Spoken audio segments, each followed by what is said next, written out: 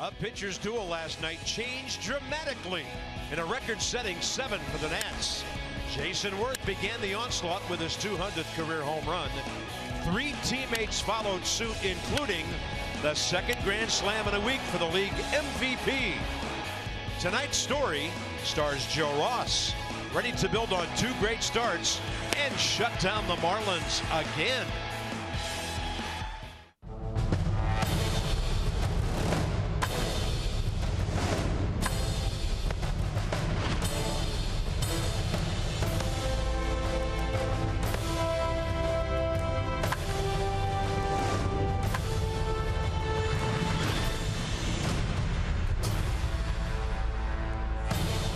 Did we have enough fun at Marlins Park in the 7th inning last night?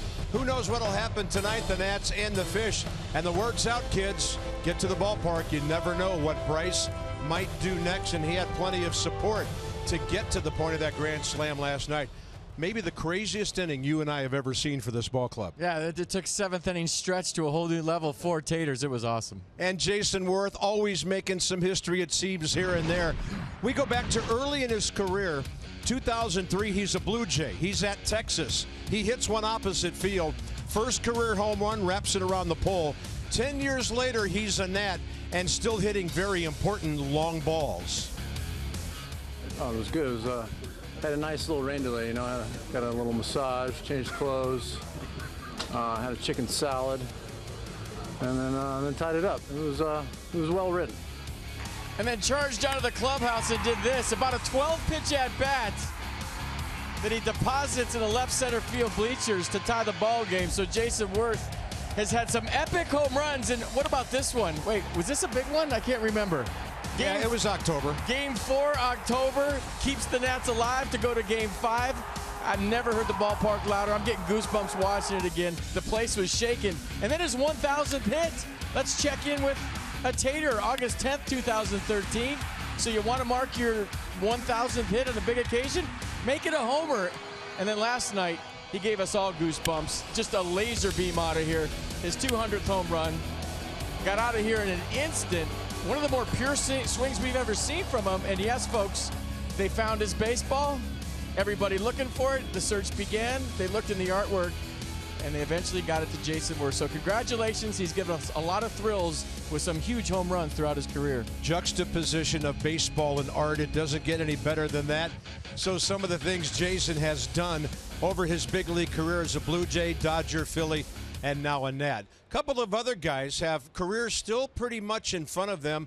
Both #1 draft picks. Steven Strasburg is unbeaten. I like the number 3 for him, and Bryce is batting .333.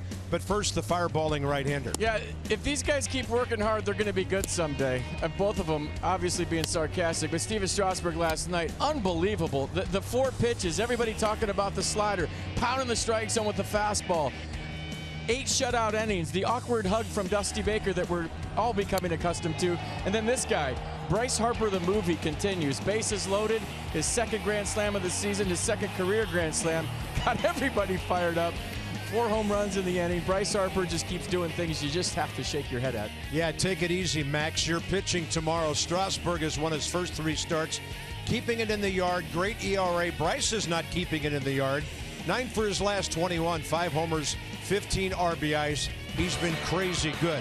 Now Joe Ross is pitching tonight, and against the Phillies on Friday, he was great at a hitter's ballpark. Right now, playing and pitching very well. 104 career ERA, by the way, against the Marlins.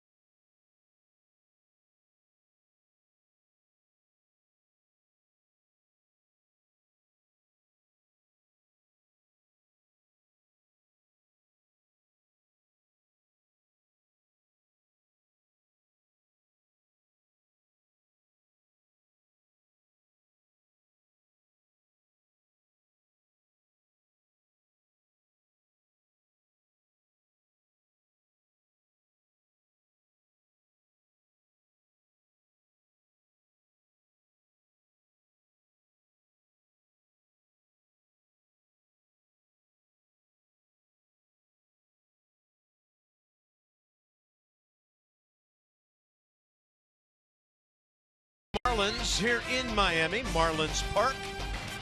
Small crowd. Nats will have to create some of their own atmosphere here this evening. Steven Strasburg, great last night. Joe Ross tonight and Max Scherzer tomorrow. This could be a very profitable series. And 10 days ago, Joe was really good against the Marlins, FP. 1 run, 5 hits, 7 innings. Well, I mean, the words fearless, composure, and when you talk about 22-year-old Joe Ross, mature beyond his years, not rattled by any situation, pounds the strike zone. You look at the opponent's average, 214 in his career. So right-handers really struggle with Joe Ross. That's why Don Mattingly has thrown all his lefties in there tonight. JT Realmuto, the only righty. And then there's 25-year-old, we go to 30-year-old Wei-Yin Chen, and as recently as 2 years ago, 16-game winner for the Orioles, and he got a big contract here.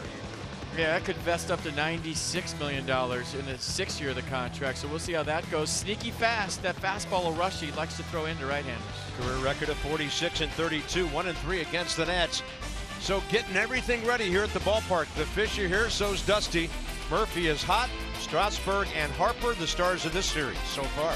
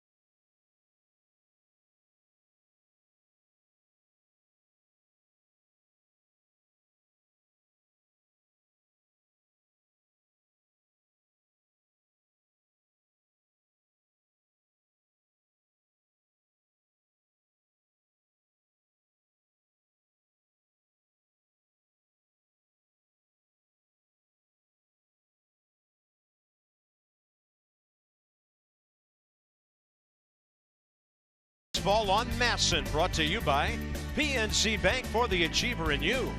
By T-Mobile, get major league coverage. T-Mobile has doubled its 4G LTE in the last year. And by visitannapolis.org. Create your moment at visitannapolis.org. We've enjoyed our visit to Miami last couple of days. Gorgeous scenic. Laser home run by Jason Worth last night. Hopefully that'll really loosen him up. Ryan Zimmerman told me today it was good to get on the board with a blast the other way. And Ryan, now 26 of his 201 career home runs against the Marlins. So in this series, Giancarlo Stanton and Ryan Zimmerman have hit home runs here that would have been doubles last year. So the difference in the ballpark is making a bit of a difference. And here's Wei-Yin Chen. And see the arsenal for the left-hander. Fastball 89-90, slider, curveball, changeup to complement it. No decision his last start on the 16th against the Braves. Went 6 1/3, gave up 2 runs on 4 hits, 6 strikeouts, 1 walk, 83 pitches, 54 of those for strikes. Yeah, 4 years ago since he signed with the Orioles, and now he's a Marlin. So he's standing on that rubber. He likes to throw into right-handers, and when you talk to the Nats hitters after they faced him in Baltimore last year, they said he's sneaky fast. Taylor goes up swinging, first pitch of the game, right on time at 7:10.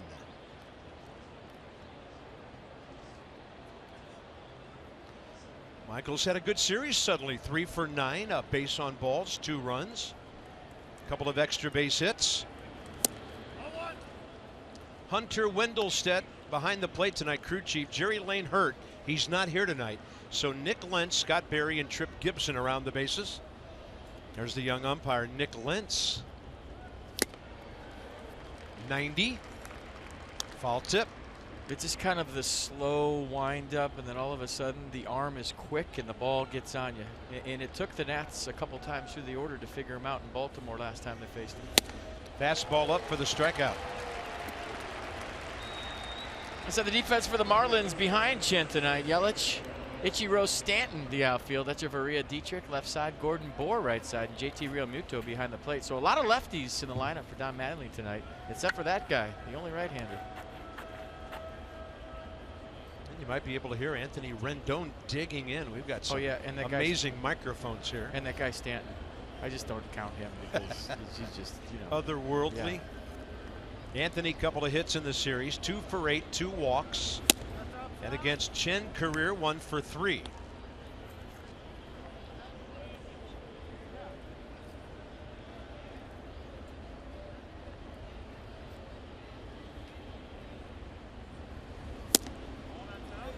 Ball that's out, says Wendell Stett in his 19th year. Anthony 14 for 52. You might hear a lot of things tonight. Yeah, not many here. Heat playing, NHL Panthers playing. Marlins are not televising tonight.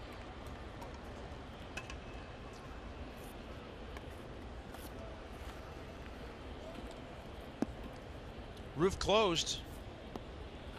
They could have left the roof open a couple of times during this series. It's been delightful weather here.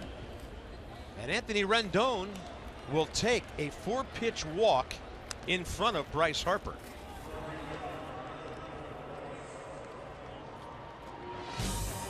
First time in franchise history, the Nats went back-to-back twice in the same inning. Daniel Murphy, over his 11-game hitting streak, Murph is 17 for 38. And Bryce Harper with runners in scoring position. Where have I ever seen a number like that before? I haven't. 2.692 on base percentage plus slugging. Anything in the 800, 900 area is considered pretty good. He's gone 3 times that. Chen looking in, thought he had a strike. Said he actually tried to hit that home run last night after the game. I mean, it was in the air, right? Why not? Second career grand slam in a week. He's now 4 RBIs ahead of Nolan Arenado for the major league lead going into this one. Against the left-handed pitcher, the Marlins are with their left-handed pitcher. Against Bryce, they don't play much of a shift here. Runner at first influences that. And a good base running play by Anthony Rendon. Bryce locked in. That was a laser to D. Gordon, 2 outs. I want to know the hit speed on that. That ball was laced. I mean, just locked in. You're thinking he's going to hit a home run every time up. That's how dominant he's been. That's how locked in he's been. Good base running by Anthony Rendon, getting back to extend the inning to Ryan Zimmerman. But Bryce Harper, I mean, who's hitting the ball harder than he is on a consistent basis in baseball right now? Nobody. Hey, rookie umpire, major league debut. He just made his first call. Congratulations, Nick Lentz. He should retire now. He's hitting 1,000. He's 1,000. There was no challenge. Yeah, no challenge. You got it right. Just jog in the dugout and shut it down. Welcome to the major leagues, Nick Lentz. Here's Ryan Zimmerman, 1 for 8 with that solo home run last night. 10 for 39, 3 career hits, and an RBI against Chen.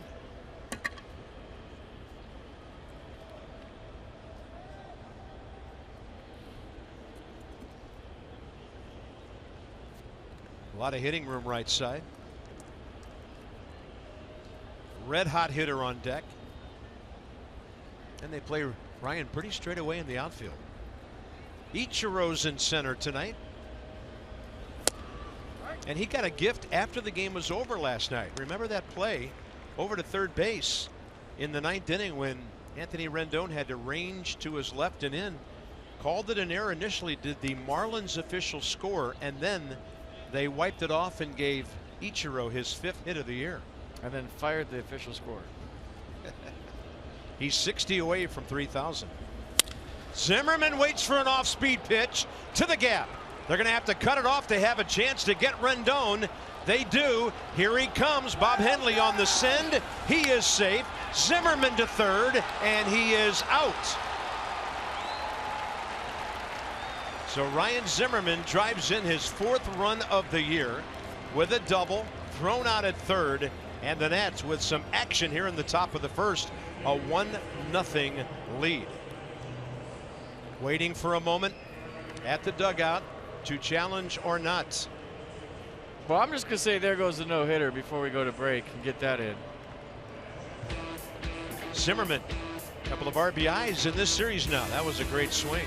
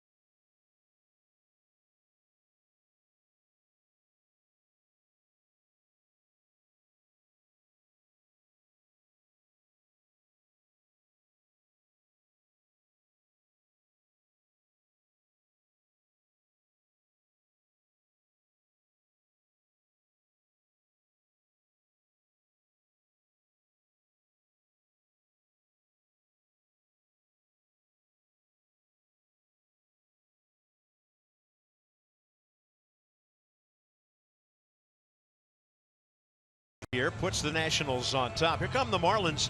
They've been a good hitting ball club against the Nats. Their batting average 3rd highest in the National League overall. So Ichiro got that hit after the game was over last night, 60 to get to 3,000. He's in the number 2 spot tonight, and he's 5 for 11 with an RBI. And here comes Joe Ross, 1-0 with a 1.04 ERA. 3 career games against Miami. 6'4", 205 out of Oakland, California. Last start on the 15th against Philly. You're in the 9-1 win. 7 2/3 shutout from Joe Ross. Gave up just 3 hits. 107 pitches in that one. Fastballs averaging 93. Slider change to go with it. This is his first career start in this ballpark. And D. Gordon is 2 for 3 with a triple against him career. Tell you what, Ryan Zimmerman went to third on that because he thought there might be a play at the plate with Rendon. He was trying to draw that throw.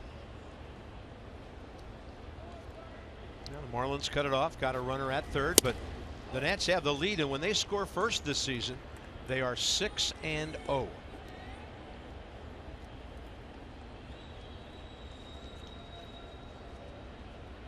Dusty working on the first toothpick of the night. Yep. 1-1 to Gordon. Joe Ross pretty much hit the target. Got a little bit of the plate, and D. Gordon, just a good line drive hitter. Strike 2. Joe had success with D last time they faced on the high fastball. He got him to chase some up around the letters and got him to pop up.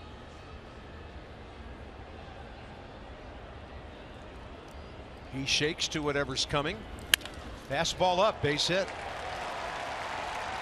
Here we go. I know you were so impressed, FP, with the way Joe Ross handled himself last week when D. Gordon got on base. So here comes round 2 on that matchup.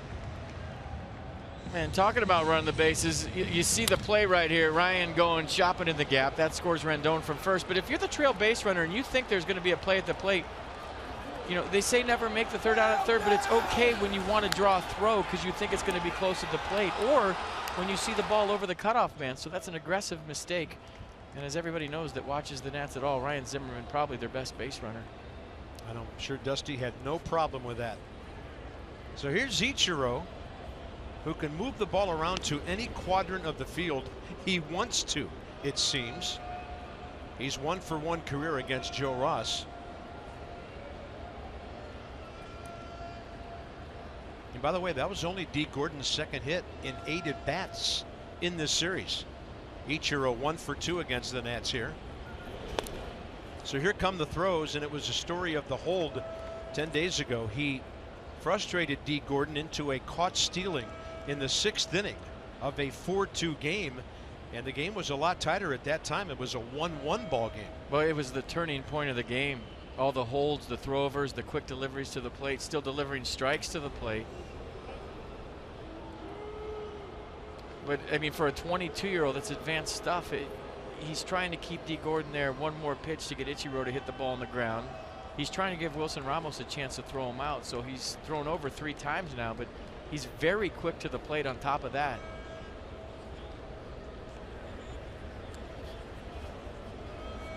Gordon inching off, he's holding.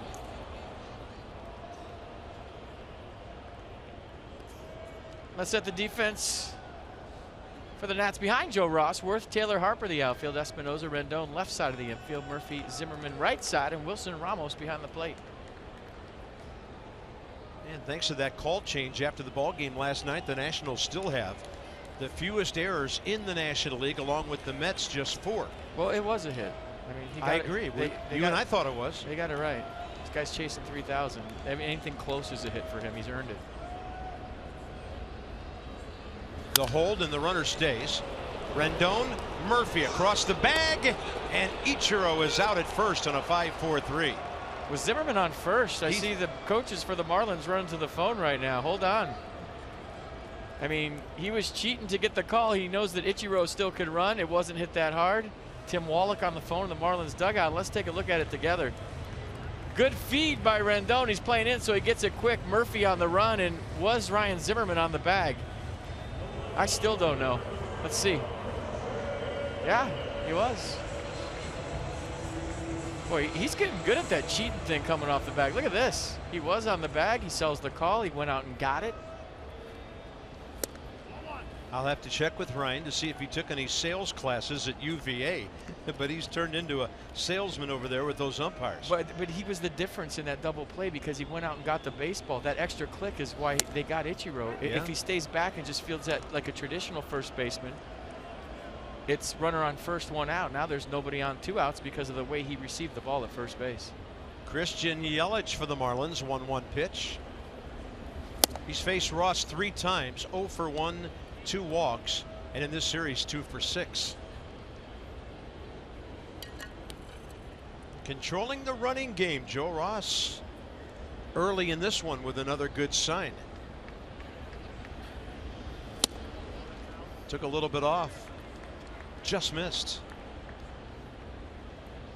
Yelich has drawn 12 walks this year, 3rd most in the league, and he still has the 2nd highest on base percentage at .500.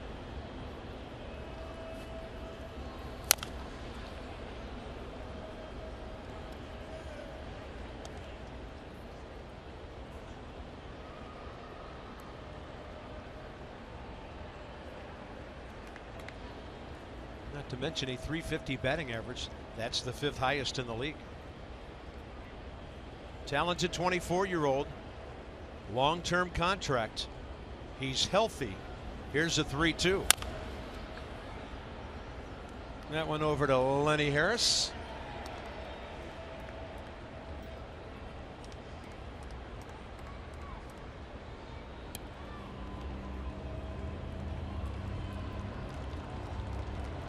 And the big man waits.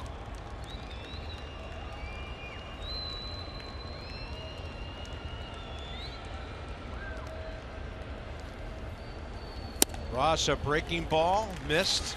Stanton will bat with a runner aboard. It's amazing how many times Christian Yelich has walked in front of Giancarlo Stanton. And maybe it's because as a pitcher you're saying I can't walk this guy because Stanton's on deck, and then you end up walking him.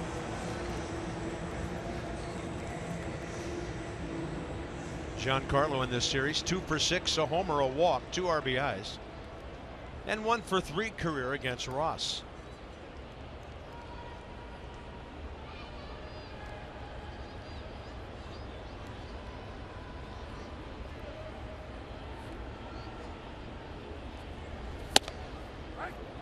Good running inside fastball.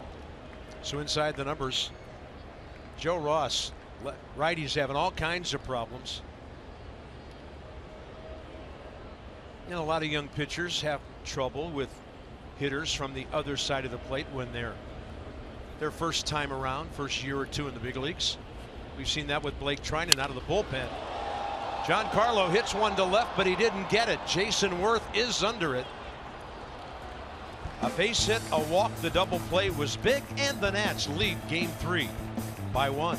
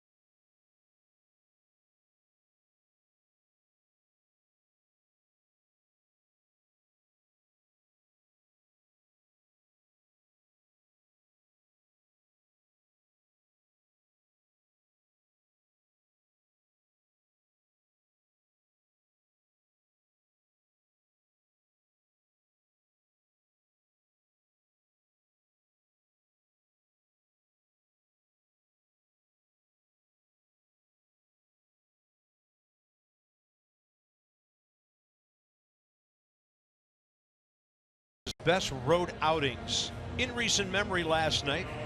A 3-hit, 8-inning shutout against the Marlins. A 22nd 10 strikeout game of Steven Strasburg's career. And get this number, since his return from the disabled list on August 8th, 2015, he's 9-2 with a 1.74, a 180 average against, and this is the good one, 113 strikeouts versus just 15 walks. And one awkward hug from his manager in that stat too. Inside the numbers with Jeep. 9-2 last 13 starts. So he's had decisions in 11 of those 13 starts. And the ERA fantastic. You know, some of these guys need to come out for early work hug practice. Gio could help. Gio could definitely help. Dan Uggla could come out of retirement and come help. Dan Uggla. Dan Uggla. Murphy, another base hit. Left-handed pitcher, left-handed batter. They're playing on over that way, and he just lines it right through the infield. That's a 12-game streak for Murphy. Hard to forget what Jason Worth did here last night. No, just so cool. Just watching the evolution of Jason Worth as a Washington National from day one when everybody said the contract was outrageous. And he struggled the first year in the transition from Philadelphia to here, to see all the home runs, all the goosebump moments he's given us out throughout the years. And then last night with home run 200, it was in the artwork. They found it. He got the baseball. We had some fun with it in the artwork last night after it was there. But all the thrills he's given us throughout the years. Thank you, Jason Worth. He's been on base 3 times in this series with a home run, hit by a pitch, and a base on balls. And a strike call.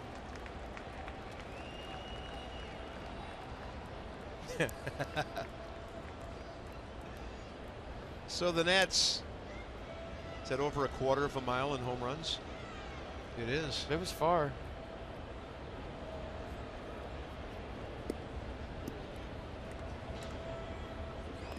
Daniel Murphy now 8 for 13 against lefties on the year. He's batting .435 with that base hit. And in his hitting streak, he's 18 for 39.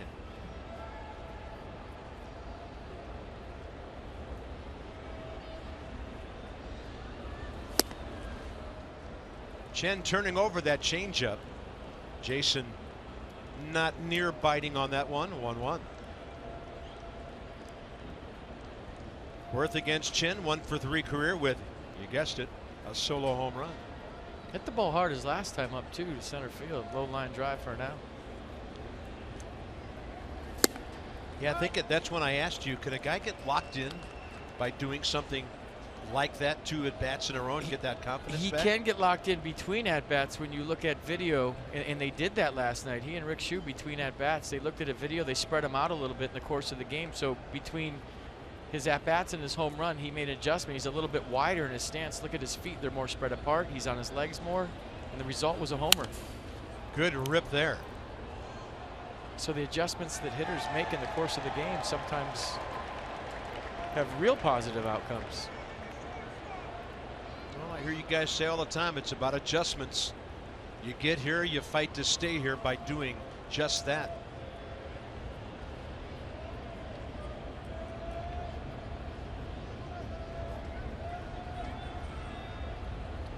One-two pitch. Did he go? Ball's in the dirt. Murphy's going to go to second. The throw into center field took Daniel a while to find it, so he stays. And Worth was called out. That's a strikeout.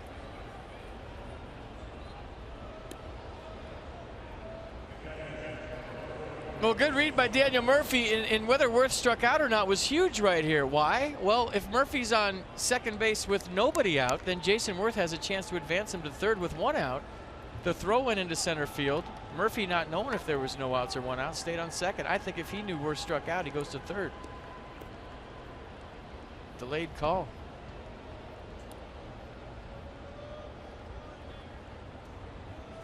Wilson Ramos is still in the top 8 in the league in hitting at 341. That's catcher, went deep last night.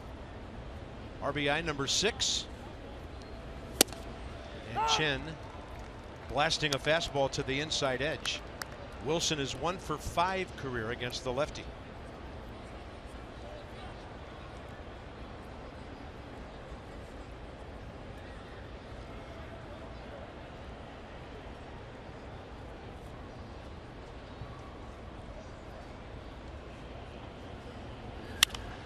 Ramos out to short center, but coming in to grab it, Ichiro Suzuki, 2 outs.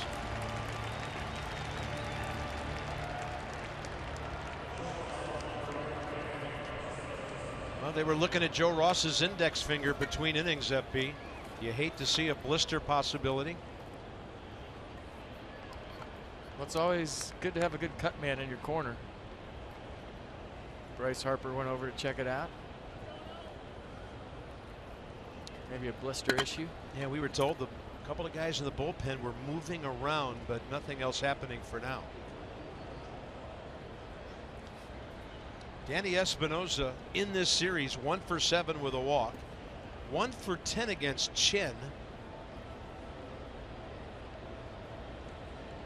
See how he pitches with the pitcher on deck. Although suddenly Joe Ross is one of the best early season hitting pitchers in the league at 2 for 6. Yeah, dropped a 10-pitch double his first time up last start in Philly. Uh-oh. That's not a good sign. All right, that's just a red alert. Get somebody loose just in case. Start throwing lightly. But we're going to see how it goes when he gets out there. You think? And Murphy did go to second on a wild pitch. That was not a steal. Here's the 0-1. He read the ball in the dirt and took off. And that's on the corner to Danny Espinosa. Now the fight starts at 0-2.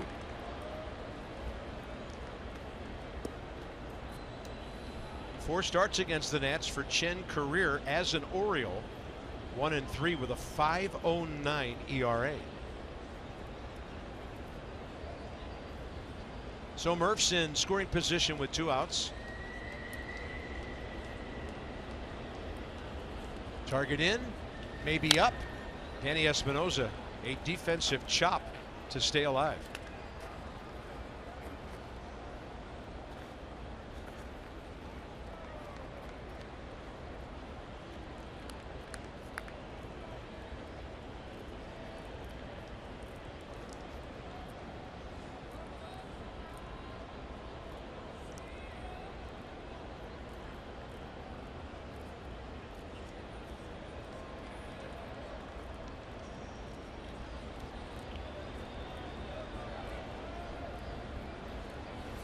Oh, 2, and That's a pretty good 0-2 pitch if you want to move a guy off the plate. Mercedes-Benz will track it. That's setting up something else. But you see pitch track, they're pounding Espinosa in. Yeah. Yeah, Danny was diving on that pitch.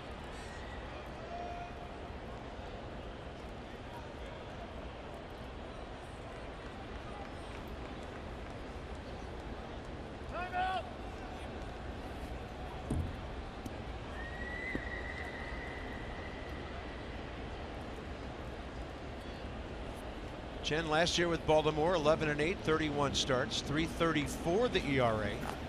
That ERA was 0.2 of a run lower than the year before when he went 16-6. Most of those Oriole pitchers get pretty good run support, especially when they pitch at Camden Yards. Well, if you're wondering about the communication between Real Muto, in 2012, Chen took 20 English classes in spring training to improve. So he speaks good English. Danny offered. No swing, says Nick Lentz down at first base. He's also said he's picked up a lot of slang from his teammates. So slang? Yeah. You let you figure that one out yourself. JT's from my neighborhood out in Oklahoma. I wonder who needed the interpreter. He's a good-looking young catcher. Pretty much the everyday guy. This is the third straight game he's caught in this series. A long-time backup, Jeff Mathis, is their other guy. And there's some heat because Danny Espinosa was very close to going on that. And Don Mattingly is letting Hunter Wendelstedt hear about it. Now another step out by Danny. Did we ever hear about Jerry Lane and what happened last night? Never got a report. Just hope he's okay. Yeah. 29-year veteran. Hurt on that Murphy line drive. Espinosa hits this ball out to center. Ichiro Suzuki is right there. Still looks stylish in the outfield. The Nats got a leadoff Murphy hit, and that's it in the second.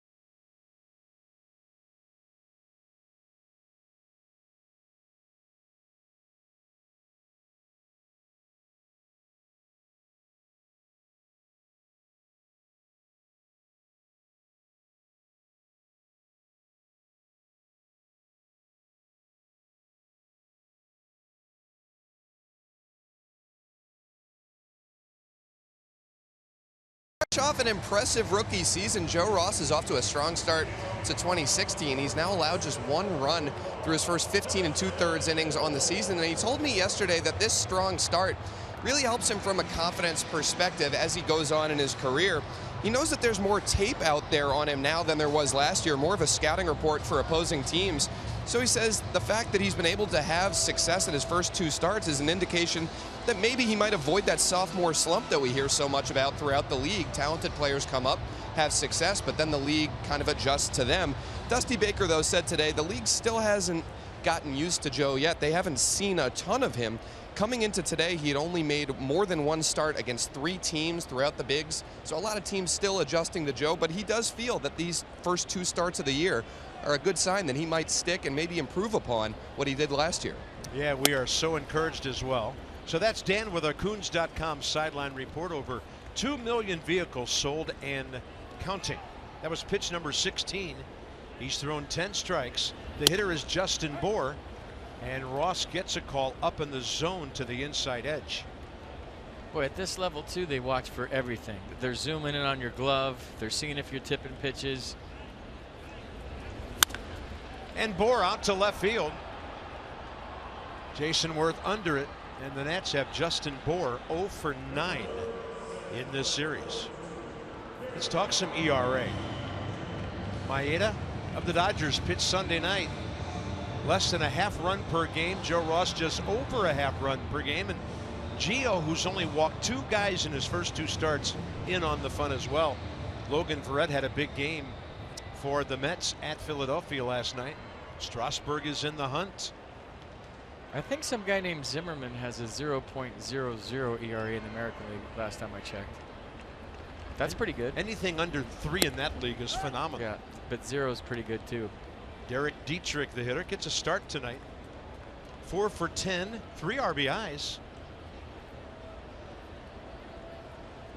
We've always liked what we've seen of this 26-year-old infielder, backup guy, Derek Dietrich. Got some pop. 10 homers, 24 RBIs here last year.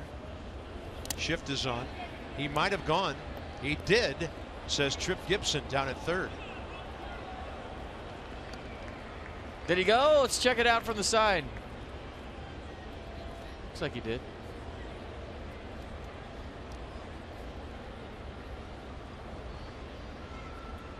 Dietrich facing Ross for the first time. 0-2 with 1 out. Oh, that was a loud bat sound, and evidently Dietrich must have been grazed on the hand, because that sounded like wood on baseball there. Well, he's got an elbow guard on, or a tricep guard at least. I think that's where it got him. Let's check it out. Okay.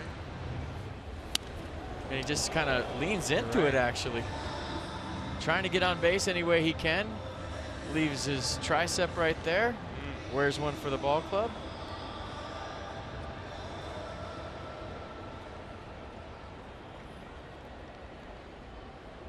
Next up, the catcher, JT Realmuto, 1 for 7 here. I think when Dan was talking about they have tape on me, when you watch video of pitchers as a hitter, you see if they get in patterns. But you're also looking to see if he's tipping pitches. Does he go into his glove at a different point on certain pitches? Does his glove fan out? Is there any edge I can get on this guy? And there's so much video in today's game.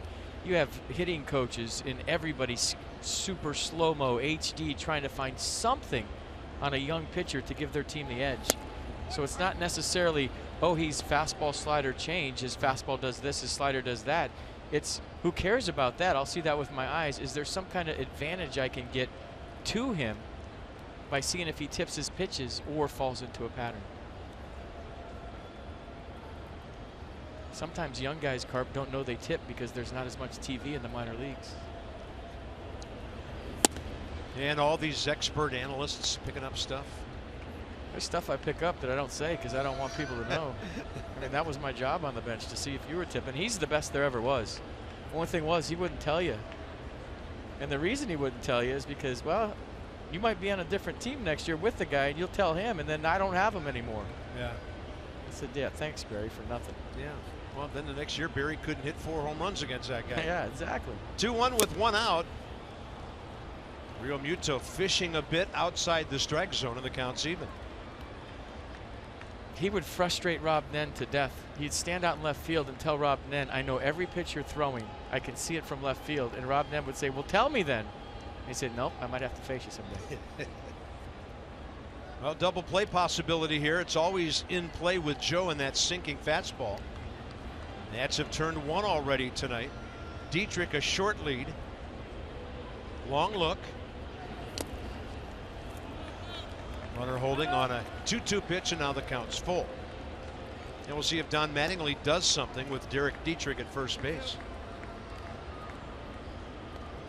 Marlins are off to a 4-8 start. Just 1-6 at home.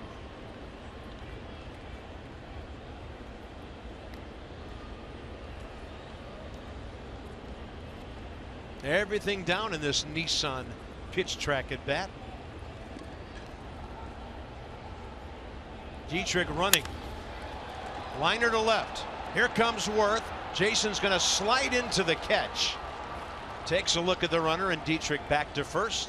Good play by Jason. 2 outs.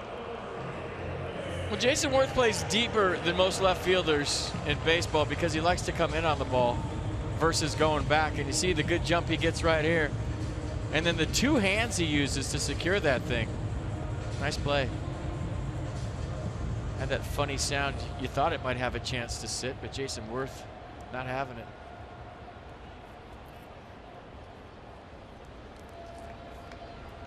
Adeiny Echeverria back in the lineup tonight. Marlins gave him a night off last evening and had Miguel Rojas at short.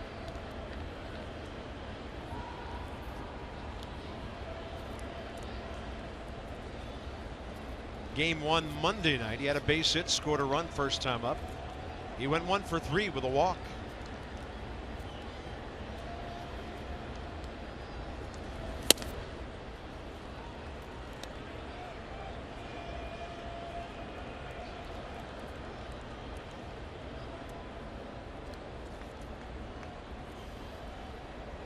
He doesn't hit like that against the Nats as a rule. Had a rough series over the weekend against Atlanta, who came in here and swept.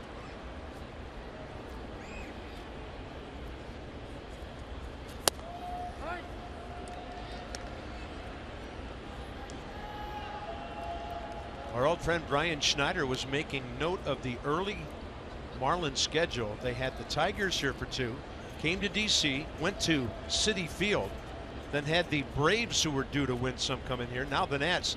They're going to San Francisco, LA on their next road trip. So they're getting a dose of tough scheduling early.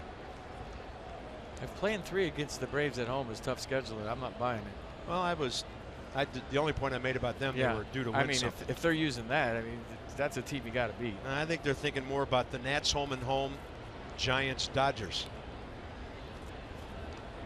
Like we said last week, we're glad Minnesota's won some games before they come to our ballpark Friday. 3-1 pitch. Out of play. In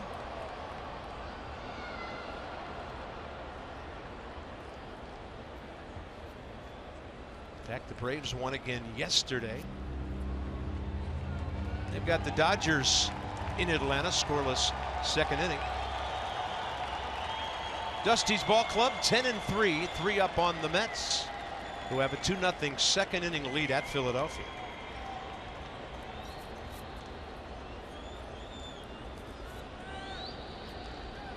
Three, 2 outs. Runners going up the middle. Espinosa to his left. Ball comes up for him.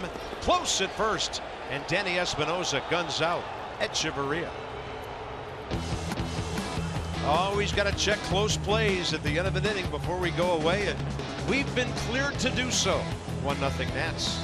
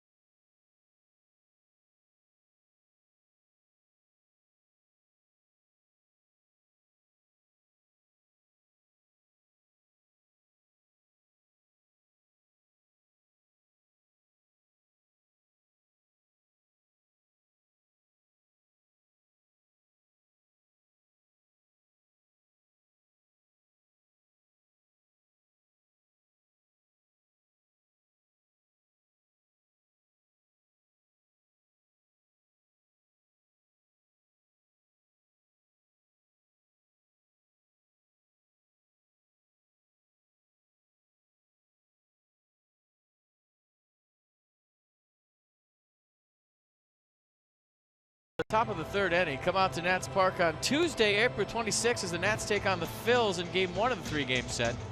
First 20,000 fans in attendance. You get that thing to the right there and stick it on your car. It's a Teddy Plush window clink. Visit nationals.com to purchase your tickets today.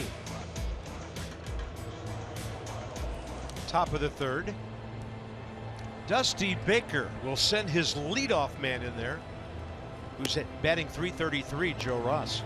You know, a time lapse of Dusty Baker through 9 innings and where he stands on the bench and where he moves around to would be awesome. He said he couldn't find a good spot last night until the 7th inning. Went all the way down to the far end, and 4 taters later, his team was up 7-0. Yeah, he got a little closer to the outfield wall than his hitters really did. Joe Ross facing Chen for the first time.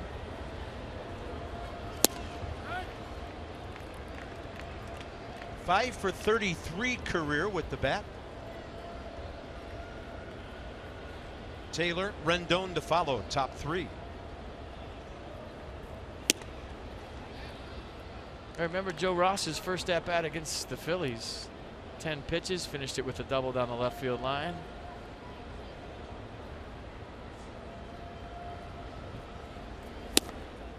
I asked Dusty if he'd use him as a pinch hitter in a pinch, you know, extra inning game, your bench is running low. He said absolutely. Yeah.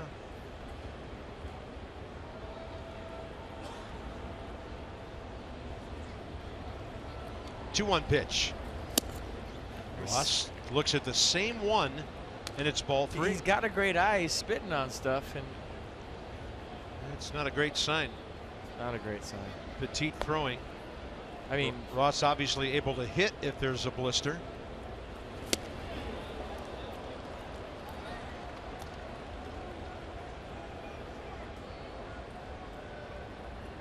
And if you're Dusty Baker, you don't want to burn a pinch hitter this early in the game if he is due to come out. He takes the walk. Second issued by Chen. The first man he walked, Anthony Rendon, scored in the first. And just a reminder, as you enjoy a cold one, look forward to Miller Time later in tonight's ball game. That's brought to you by Miller Lite.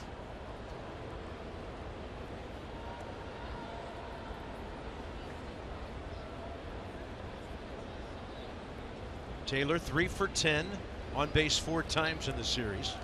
2 runs scored.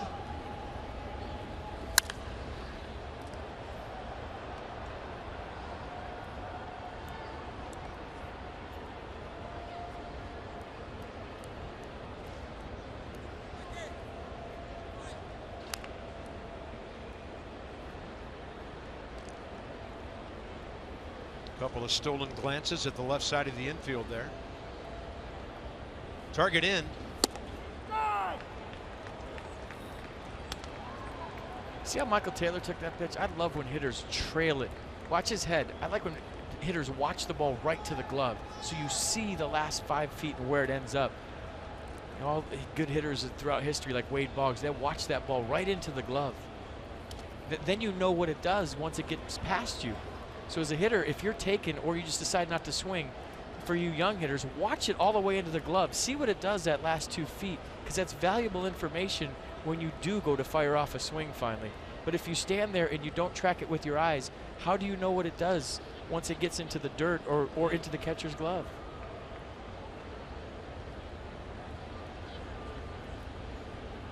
One and two, nobody out. Taylor on a high fastball struck out again. Michael A has struck out 18 times in 52 at bats.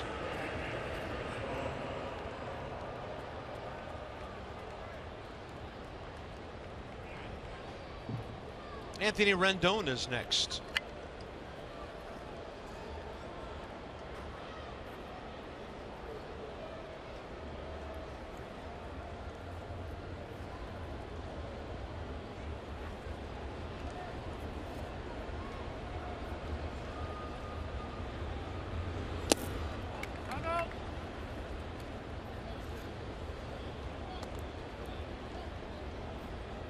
Chen first 2 innings, 28 pitches, 17 strikes. Joe Ross is at 33 over 20. And we hope that's not his final count of the night. Well, it has to be, because Yusmeiro Petit is warming up. I mean, he's hot. He's ready to go. He's letting it rip down there. He's not getting inside work. He's coming in this ball game. And that's what the Nats signed him for. Situations just like this. Well, they know what a good long guy he is, especially from the playoffs 2 years ago. I don't know what you're talking about. Short memory, I like it. Yeah.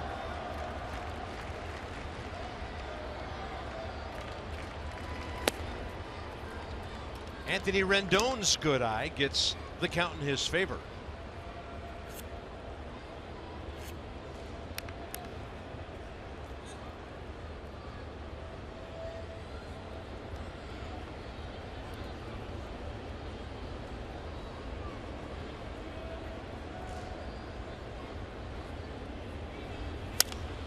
Jammed, and a pop-up on the infield. D. Gordon, 2 outs. Well, you in the mood for a home run? Maybe number 7 for Bryce Harper. How about his second grand slam this season and of his career? Slider down the way, pulls. He saw the dugout in the back. Just a low line drive out of here. And look how calm he is. Yeah, been there, done that. We're gonna do it again. Power numbers as we go inside him with Jeep. On base percentage plus slugging at nearly 1.300 to start the season, and twice that over the last week, as we noted before. Oh, he's ripped it twice against Chen. First one right to D. Gordon. That one a loud foul ball. 105 on the hit speed on his first line drive, and this one might have been harder. Just caught it out front. Harper career against Chen, 3 for 13, a walk, 2 RBIs. That bat he holds is a weapon. I mean, the ball is coming off at over 100 miles an hour, pretty much everything he hits.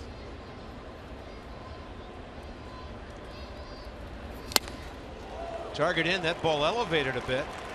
Strike 2. Since the start of last season, over 90 extra base hits.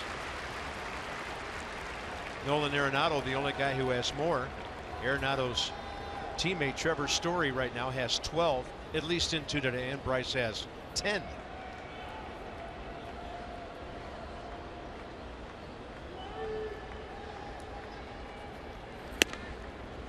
Jason Worth had some great things to say about Bryce last night after the game, and the one that stuck with me is how he's surrounded by a lot of good players, and that's helping him get pitches. We always sit up here and scratch our heads. Why are they throwing to him? Well, you got Ryan Zimmerman, you got Daniel Murphy, you got Jason Worth, some pretty accomplished hitters hitting behind him, so it's kind of a pick your poison.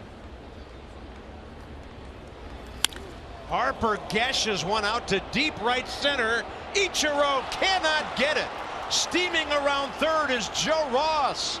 Bryce Harper has another RBI, number 21, and the Nats lead 2-0. I mean, they keep trying him. He keeps burning everybody, and it's only a matter of time before he starts getting walked. I'm telling you, no matter what the situation. And Chen tries the off speed. Bryce Harper catches it out front, and by the way, this is a home run in some ballparks. Bryce will settle for a ringing double with 2 outs that scores Joe Ross all the way from first.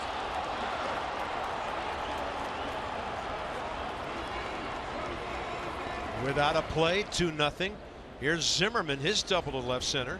Jovan Rendon first time up, and now another look at the right hand of Joe Ross. I don't think Dusty Baker is going to take a chance this early in the season with his prized young possession. There's no way. We'll see. I don't think so.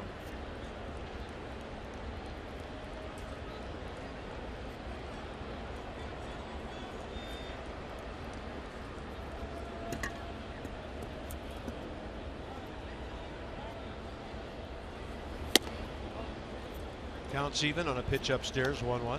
Been around baseball a long time. I don't know if I've ever seen anybody hit the ball harder on a consistent basis. Yeah, some guys love to have a 7-game hitting streak. How about an RBI streak? You see guys hit the ball hard here and there, but it seems like every time he hits,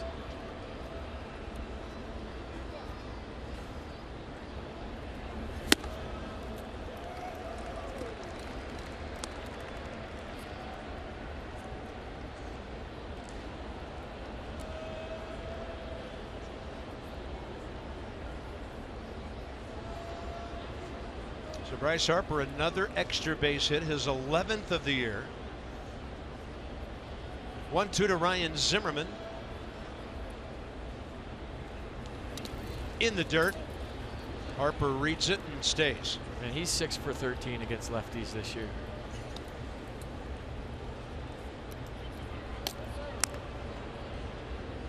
That is as big a power zone as you will see anybody.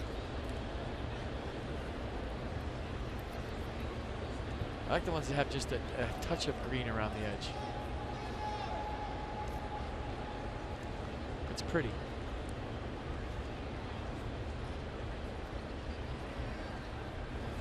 Zimmerman to the left of the shortstop. Echeverria gets behind it, throws him out. Leadoff walk to the opposing pitcher hurts Wei-Yin Chen. Harper made it so with 2 down.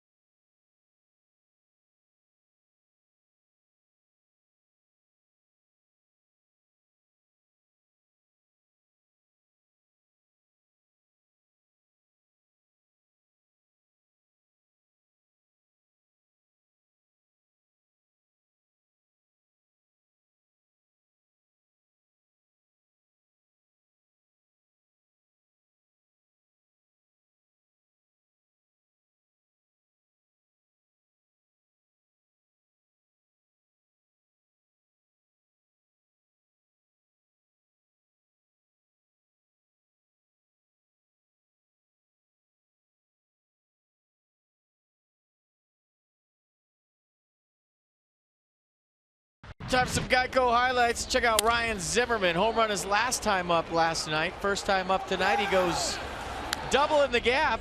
And then Ichiro Suzuki. So get this. You see him cheat to get the double play coming off early.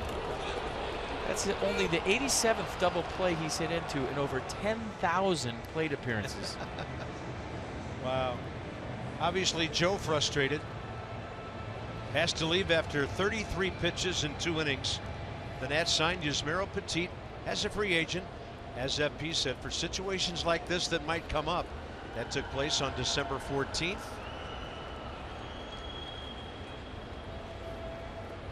Fourth appearance for Washington. Wei-Yin Chen. Petit fastball, slider, curveball change. Fastball averaging 88 miles an hour. 2-seam fastball keeps it down the zone. Slider, curve, 84-76. He's already pitched in this series. 8th inning. Monday night gave up a hit to Miguel Rojas pinch hitting. Retired Real Muto, Echeverria, and Gordon. If you're flipping back and forth between hockey and baseball and you're a hockey fan, you're wondering why he came out with a blister on his finger. For a pitcher, that's a big deal. And you want to nip that thing in the bud before it gets worse and turns into missing a start or 2 starts because they don't have a feel for the baseball. Those things can get real ugly and they can last a long time. So if you see a pitcher early in the season with one, get him out of there. You don't want that thing to get worse. You don't want him to compensate in his delivery and maybe get injured. Just go in the clubhouse and stick that finger in pickle juice. It's the best cure for a blister. Did you know that? I had not heard that. You haven't heard that?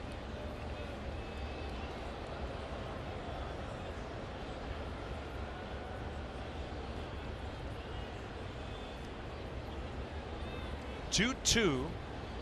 Chen 0 for 3 this year, and 0 for 9 is a big league hitter with a couple of sacrifices, and he's going to try to get some cuts here. Mercedes-Benz will track it, the entire AB.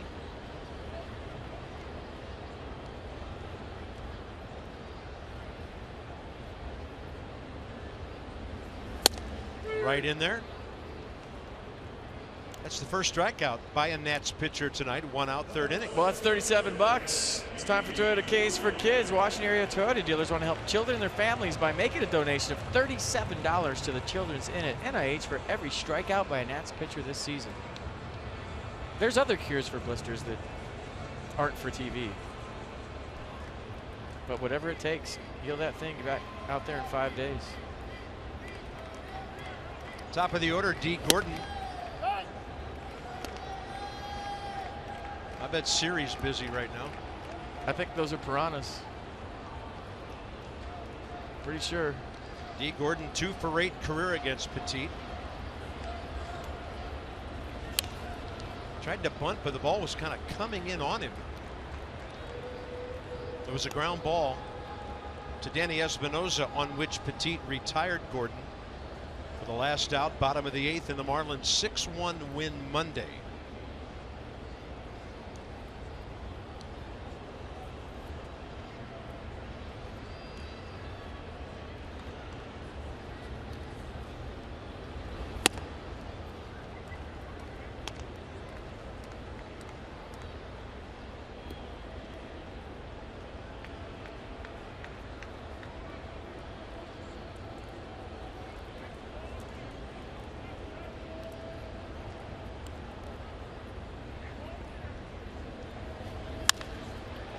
Out to left center.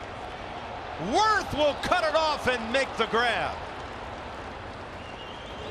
Jason Worth covering lots of ground in a spacious outfield so far. Well, he's really the only one that had a chance at that from where we're sitting. D. Gordon hit that ball well, but it was tailing back toward Worth. So this will give you a good look at it. Watch the inside out tail to this. Kind of like a fade, goes right back to Jason Worth. Michael Taylor takes the deep route. Jason Worth takes the inside route. A nice running catch by the Nats left fielder.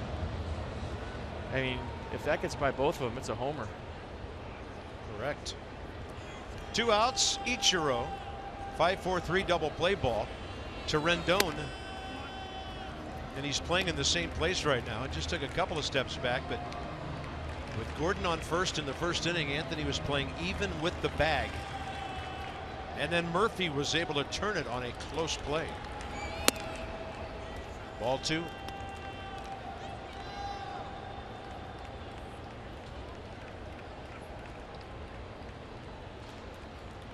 $4,218 hits, counting Japan and the major leagues. All those pitches seen. I mean, you're kidding me? Almost 37,000 pitches.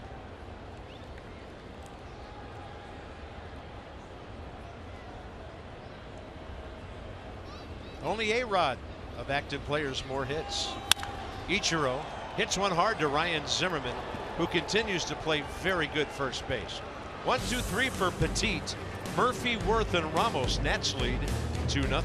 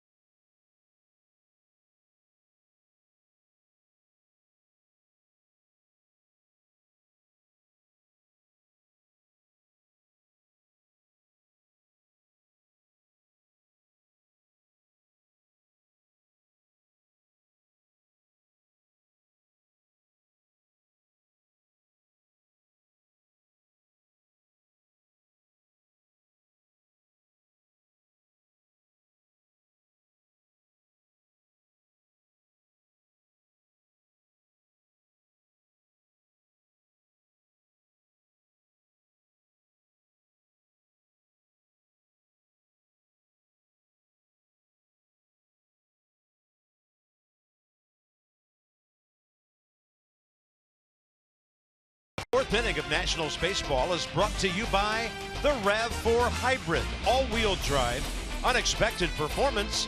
Visit buyatoyota.com tonight.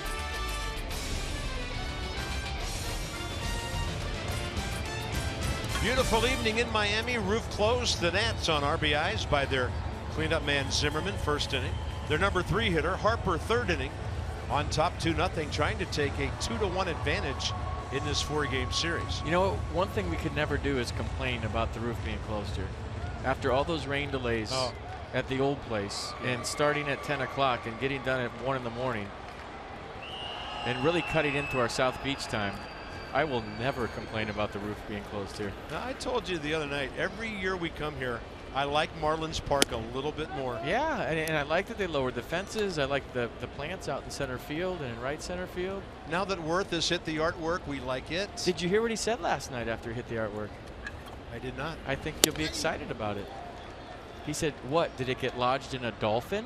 Question mark. So he, like you, thought those were dolphins originally when we first got here, but now you know that they're swordfish. For you Marlins fans who might be watching tonight, since your guys aren't televising, FP, after I made that gaffe 3 years ago, nicknamed them the Pinocchio Dolphins. They can be found in the cool waters of the Atlantic, where no fishing boat has gone before. Dolphins who, when they lie, their nose grows. 0-2 to Murphy, inside out swing. Daniel took one perfectly to left field his first time up. So he is 18 for 39 during his now 12-game hitting streak. That's a mark of 462. And overall, he's batting .435. He's going to reach out and bump one out into center field. A couple of infielders after it. D. Gordon had to make a last-minute adjustment. Pardon me, the shortstop Echeverria, as that ball came in over the bill of his cap. Let's go inside the numbers with PNC. So Jason Worth in some pretty good company. 323 players have hit 200 homers or more. Tiger catcher Bill Freehan, Oscar Gamble, Josh Hamilton, Don Mincher, who was with the Senators for a while. Next to 201, Buddy Bell, Gene Tennis, and the guy he plays with, Ryan Zimmerman. Good company, good career. His RBIs have him tied with Dave Henderson and Tony Pena, among others.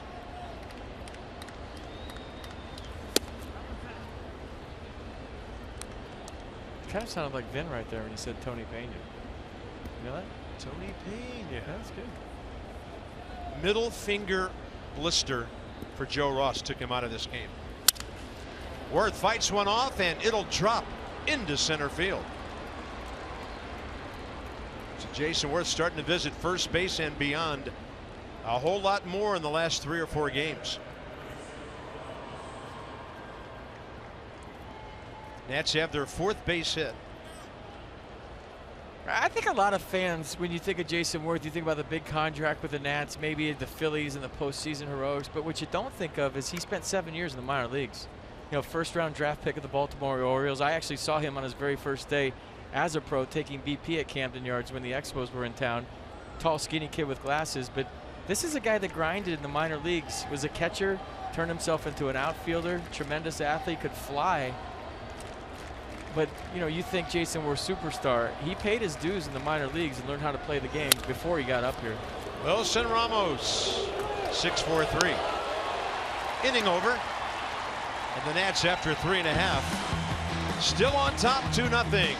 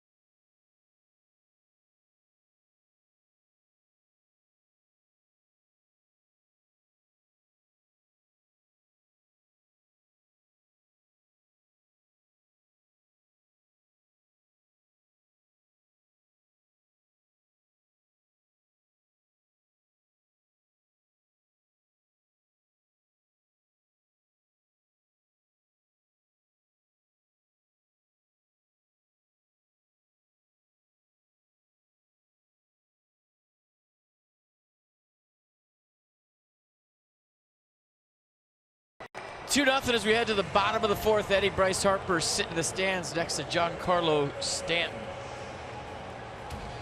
Kids Opening Day. The Junior Nats Kids Club presents Kids Opening Day Sunday, April 24th, Nats Park. Celebrate Screech's birthday with Signature Sunday. Kids, you can run the bases after the game as your Nats take on the Twins. Visit nationals.com to purchase your tickets today. Bottom of the fourth inning. Nice seats, gentlemen. Kids Opening Day.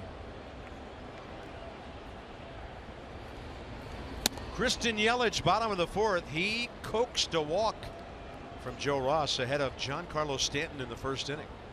So Yelich now 13 walks on the year, tied with Gregory Polanco of the Pirates. That's off the glove of Petit. A chance. Safe. Yelich runs well, and he beat it out.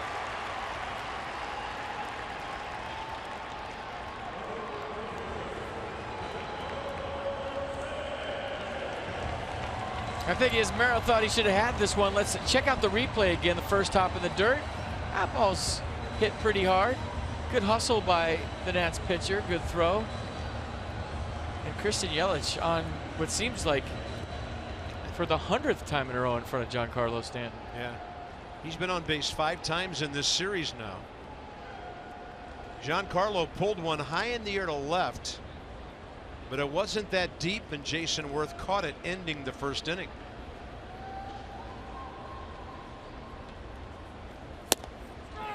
Petit against Stanton. Giancarlo is 0 for 5 career against him with a strikeout.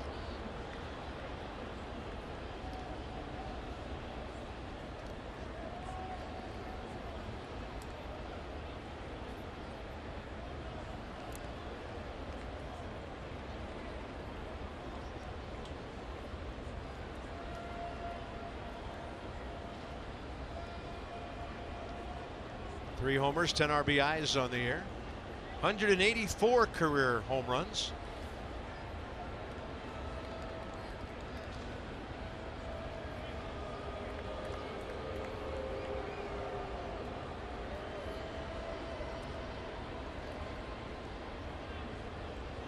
Christian Yelich 1 for 2 stealing.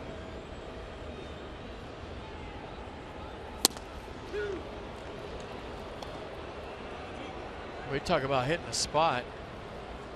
Wilson Ramos set up down and away, almost off the plate away. Petit just drilling that fastball. Wilson didn't move his glove. Yeah, there's a little, you saw in the power zone, a little slot down there low and away where you can get a strike if he can't get to it. And that one elevated a little bit and foul tipped into the glove of Wilson Ramos. And Petit has struck out 2 of the 5 men he's faced. Well, a 3-pitch see, right? Look at where he's pitched him, down and away. This one might have cut a little bit as you see Wilson Ramos reach across at the very end. So 2 fastballs on the plate away, then he expands. Stanton thinking it's going to be in the same spot. It's not. Strike 3. That was beautiful execution of a game plan. Yeah, he's now 0 for 6 career against Yusmeiro Petit. Here's Justin Bour against Joe Ross. Fly ball to left first time. High in the air to right and hooking out of play.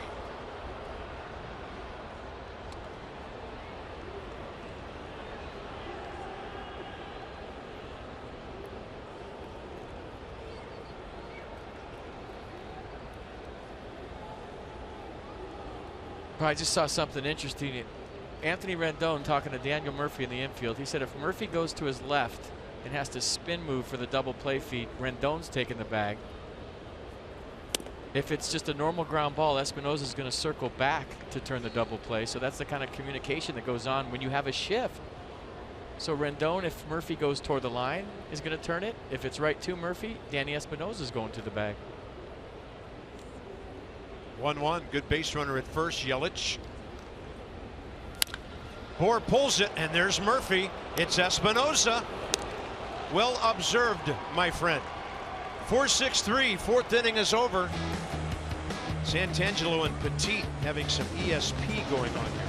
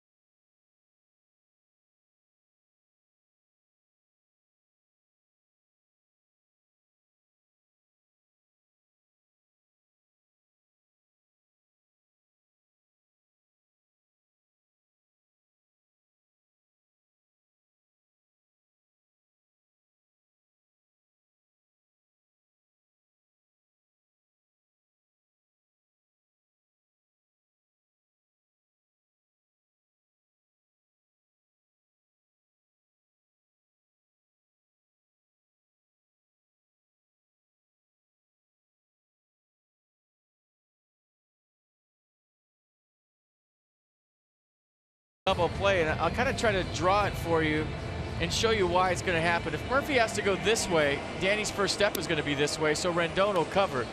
If it's right to Daniel Murphy, then Danny Espinosa is going to circle back and cover because his first step is going to be toward the back. They both actually go for it, but there's some good communication at the end. So we'll roll it. You see it's right at him. Espinosa circling back. Rendon peels off at the last second. They were both going toward the bag. So pre-pitch communication with the shift and everybody kind of learning how to return a double play because they're all standing in different spots. Well thought out and executed by everybody involved. Top of the 5th inning, Espinosa, Ross, and Taylor. The Nats and the Mets fewest errors in the league, and the Nationals, as you saw on our graphic, have now turned 15 double plays, 2 picture perfect ones tonight. Espinosa off and running. Chen throws him out. Danny's 1 for 9 in the series.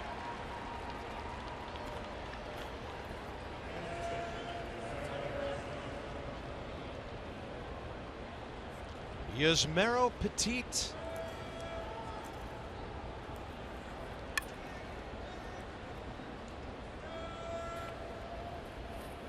First plate appearance for the Nats. In his career, he is 5 for 112. But he's found a way to drive in 3 runs.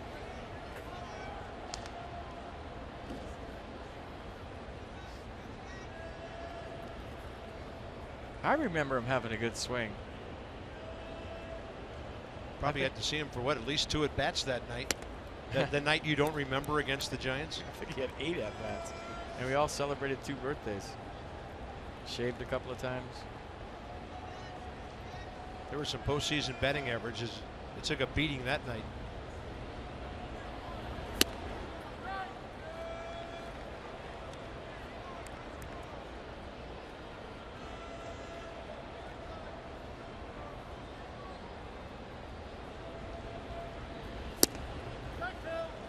Chen taking a little bit off, just hitting a spot, 2-2.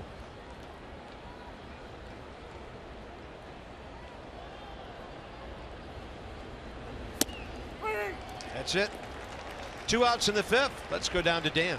Bob, the Nationals facing their 2nd straight left-handed starter tonight. Dusty Baker talking about southpaws earlier today. He said lefties are lefties. They can either be real good or real bad. They can get you out sometimes throwing nothing. He then launched into a story about a former teammate who was a left-handed pitcher. Dusty would ask him after an outing, "Hey man, what was that pitch you threw?" The guy would say, "It was my nothing pitch. I throw nothing and they do nothing with it." Michael A. Taylor, deep right center, gone. And now, in terms of homers that wouldn't have been last year, it's 2-1 Nats in this series. Michael A., 2nd of the year, RBI number 3, and they're going crazy at Westminster Academy up in Fort Lauderdale.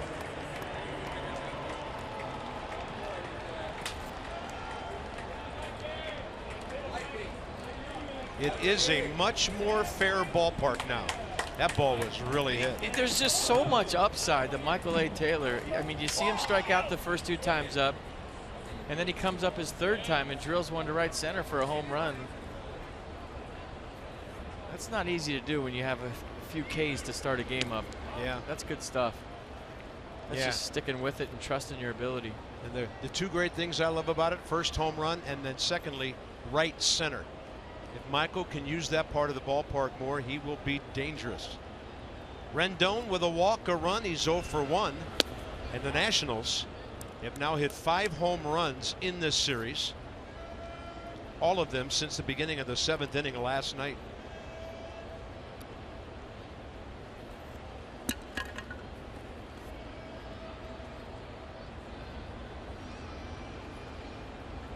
'17th career home run. That ball to the left side for Echeverria. That's it for the Nationals. But they have RBIs on 2 doubles and now a home run. Michael A. Taylor gets all of it to right center.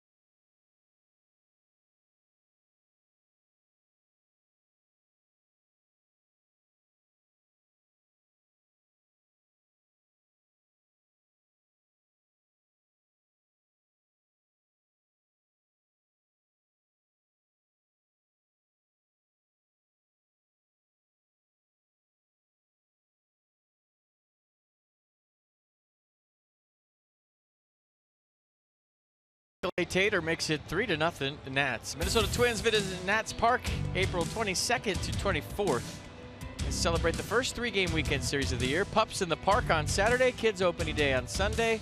Visit Nationals.com for tickets. A big game for the Nationals tonight. They've got their ace going tomorrow. 3-0 Washington. There's Max. And Petit pours in a strike. His first 2 innings, Yusmero, 23 pitches, 16 strikes, and Max is already pacing. Can't wait for tomorrow.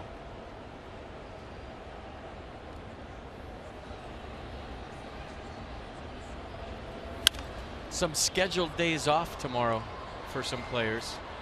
And I talked to Dusty before the game. He said, yeah, I scheduled it before the road trip. I said, does tonight's outcome matter? He said, no, you know, if we lose tonight, they're still off. I mean, I can't start doing that. If I start saying, well, if we win, they're off. If we lose, they're not. They're never going to have an off day. So he doesn't care if you win the first 2 out of 3 or lose the first 2 out of 3. He's sticking to his scheduled days off. He's trying to keep his guys fresh all season long. Thought that was interesting because a lot of managers, it's based on whether you win tonight. And they just can't resist, can they? Yeah, and you just get in that trap where you run your guys into the ground and you start flip-flopping. It's like, he's consistent with it no matter what the outcome, and you got to love that. Yeah, that's great. Players have to totally buy into that. 1-2 to Dietrich, who was hit by a pitch first time. Breaking ball. He hits one a ton to right center, and the Marlins are on the board. Derek Dietrich, first of the year. 3-1 ball game on his 25th career home run.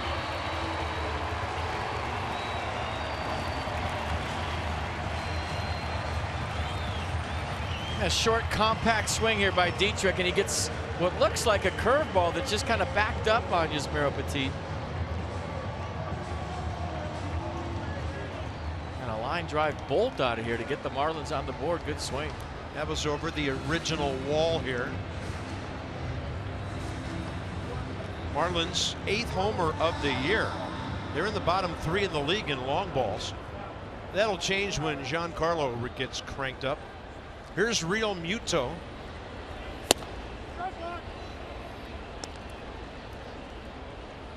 He had that flare to left on which Worth came rushing in first time to make the grab.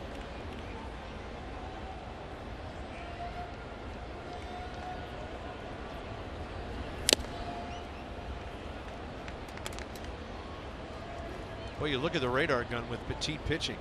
Everything he throws plays a lot faster than what you're seeing.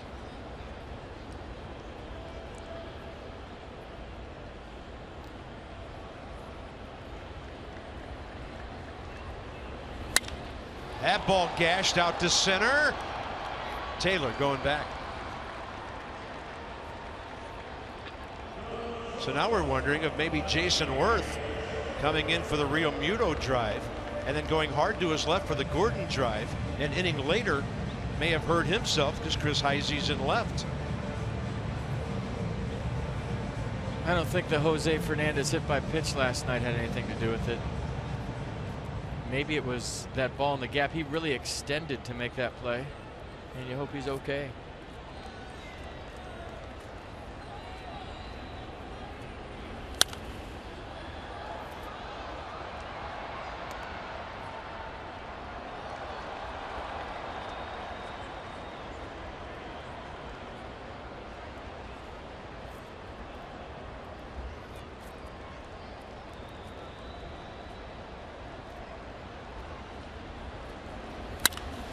This one up the middle. Danny Espinosa to his left.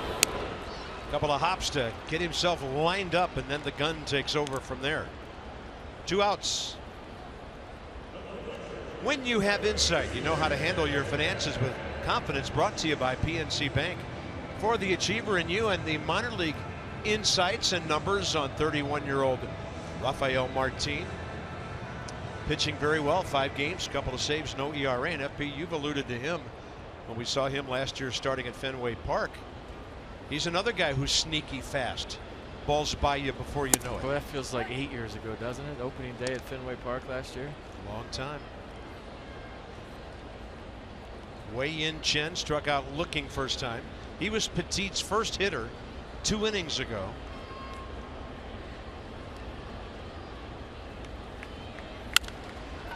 And he hits one out to left for Chris Heisey. Things are happening quickly tonight. Top of the 6th, 3-1 Washington.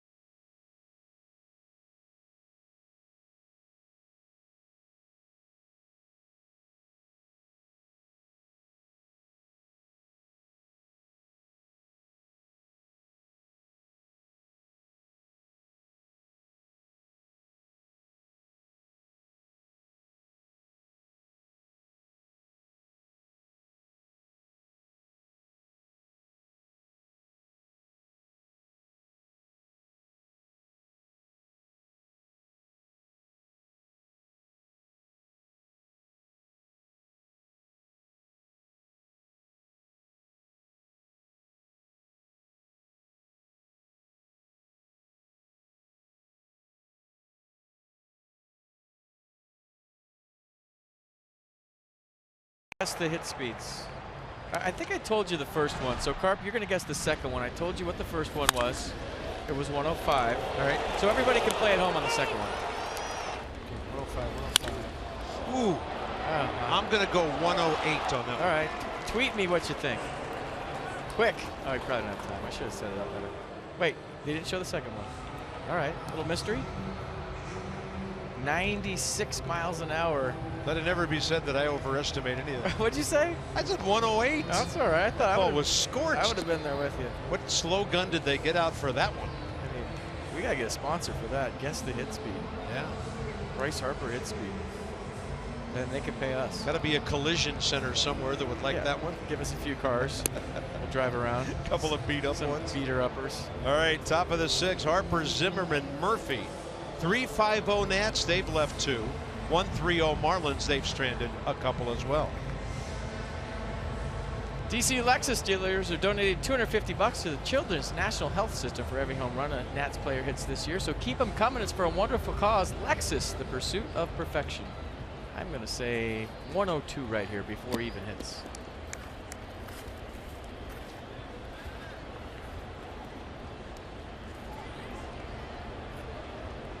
Wearing out the Marlins now over the last 4+ years. He gets off speed, 82 from Chen.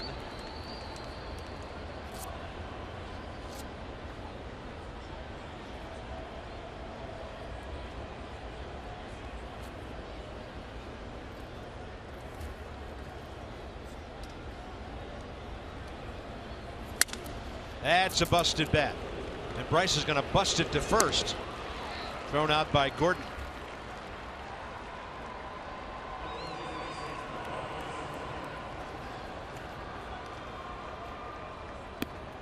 Ryan Zimmerman 1 for 2. So is Daniel Murphy, the next 2 Nats hitters.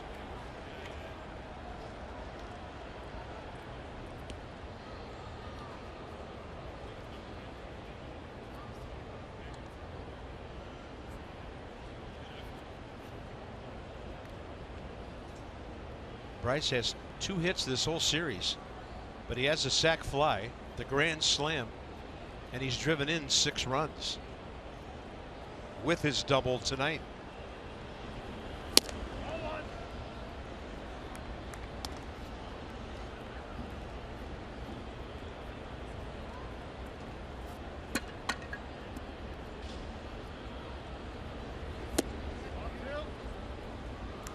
Ryan IDing the changeup 2-0.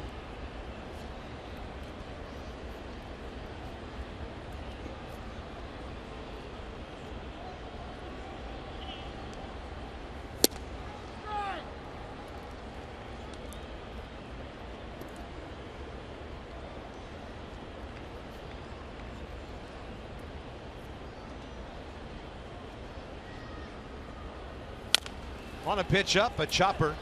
A third of the way to the mound. Chen plays it well.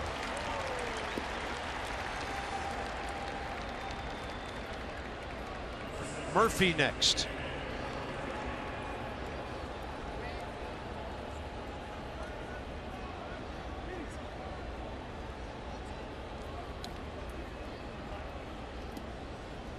Nats box. Rendon walk. Zimmerman double first inning for a run. Ross leadoff walk. Harper 2-out double for a run in the third. And then with 2 outs, Michael A. Taylor opposite field shot his second for a then 3-0 lead. Derek Dietrich has made it 3-1.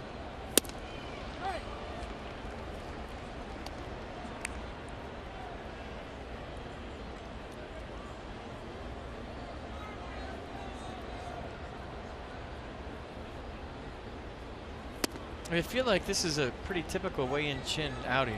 He's a guy that's going to keep you in the ball game.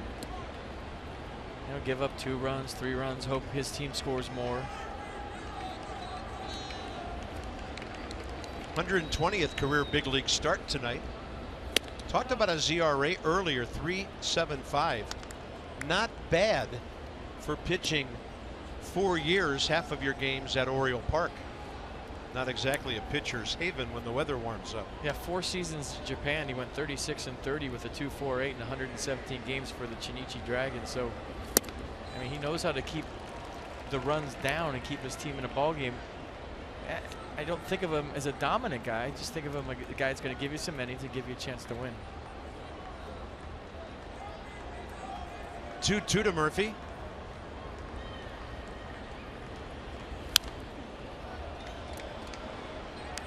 Tied for first in the league with Josh Harrison, Gene Segura, Starling Marte, and Carlos Gonzalez. 7 multi-hit games already. Chris Heisey for Jason Worth whenever his spot comes up.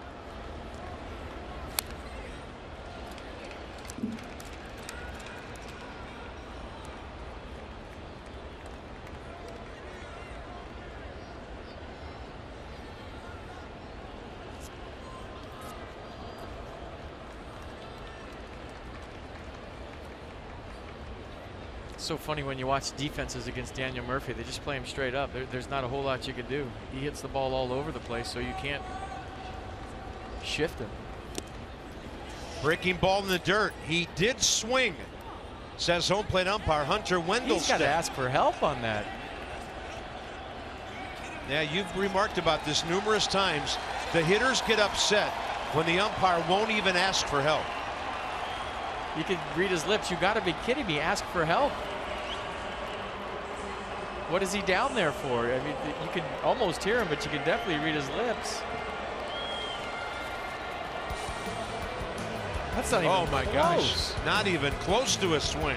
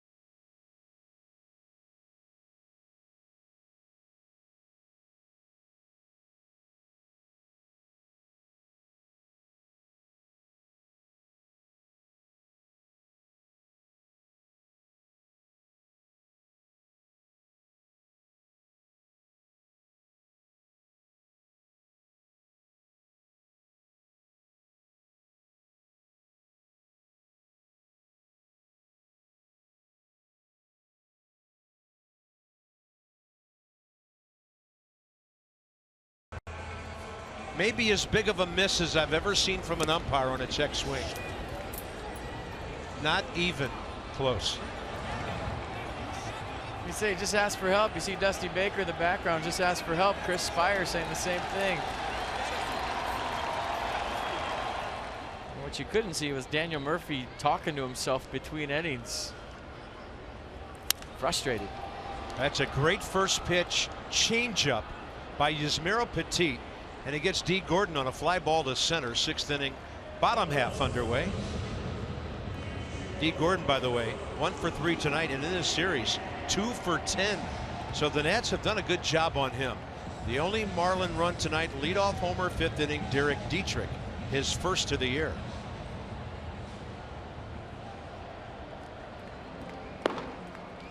Oliver Perez now working. Say one thing for Petit, he embraces this role. In 3 innings, he only threw 34 pitches, 26 strikes. Then he got a quick out here in the 6th, his 4th inning of work. Suzuki and Yelich the next 2. Ichiro, couple of ground balls, 1 to 3rd, 1 to 1st. Well, this night turned weird in a hurry. First the blister with Joe Ross, or what we thought was a blister, and then Jason Worth disappearing. We hope he's okay. Hope they're both okay. Ichiro to the left side, ball spinning like crazy. Danny Espinosa plays it beautifully. 2 outs. Well, not an easy play because of the speed of the runner. Ichiro could still run. I mean, he doesn't fly like he used to. That's a put it in your pocket, you know, in the early 2000s, but he still gets down there quick, and Danny Espinosa knew it. Had to come get it. Nice play.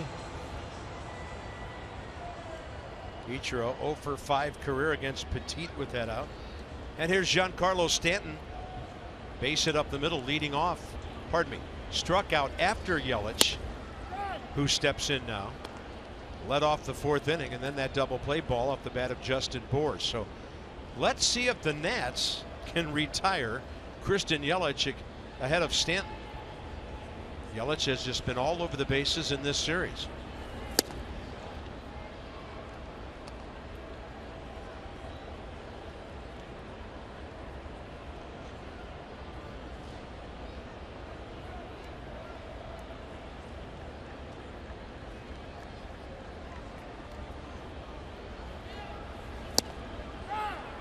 Tailing action to the outside edge.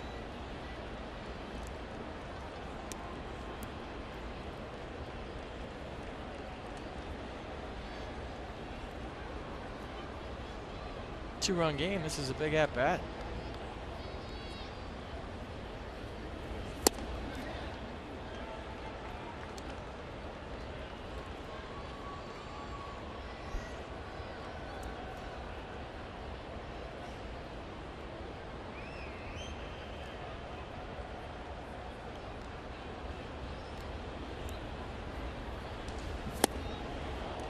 Wow. What a changeup. Started the inning with 1 on Gordon, ends the inning with a beauty on Yelich. So Giancarlo cannot tie the game the next time he comes around. 3-1 Nats.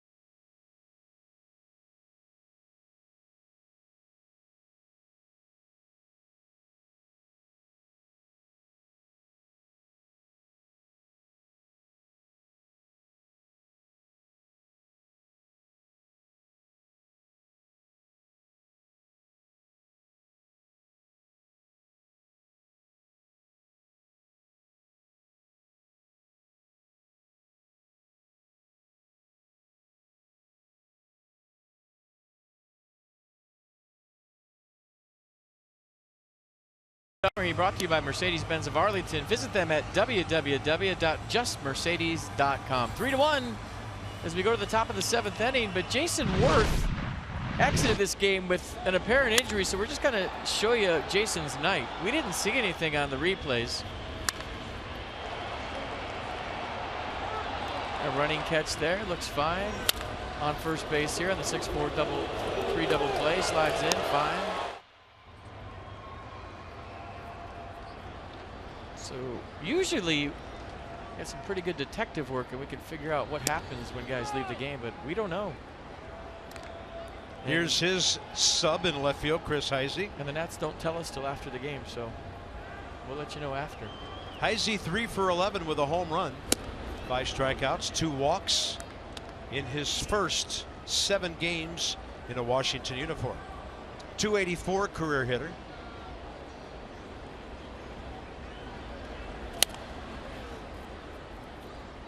And since he came up with the Reds in 2010, best power pinch hitter in all of baseball. Joe Ross reappears. He threw 33 pitches in 2 innings. Petit has thrown 43 pitches in 4 innings. I'm telling you, man, he's had his finger in pickle juice the whole time.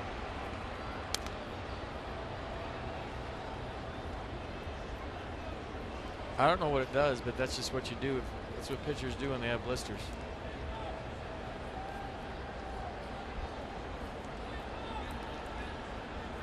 Didn't know Major League clubhouses had pickle juice. Have you ever seen a pickle with a blister? No. So it makes sense to me.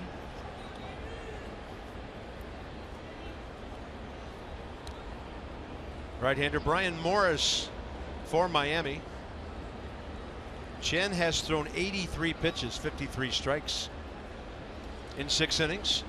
2-2 now, and Heisey sees the off speed and the count's full. So that was Chen's count coming into this 7th inning. It's a series that has featured pretty solid pitching by both ball clubs, but there have been bursts of offense here and there. And of course, a volcanic burst right about this time last night, actually. Heisey pops it up right side and hopes it gets out. It will.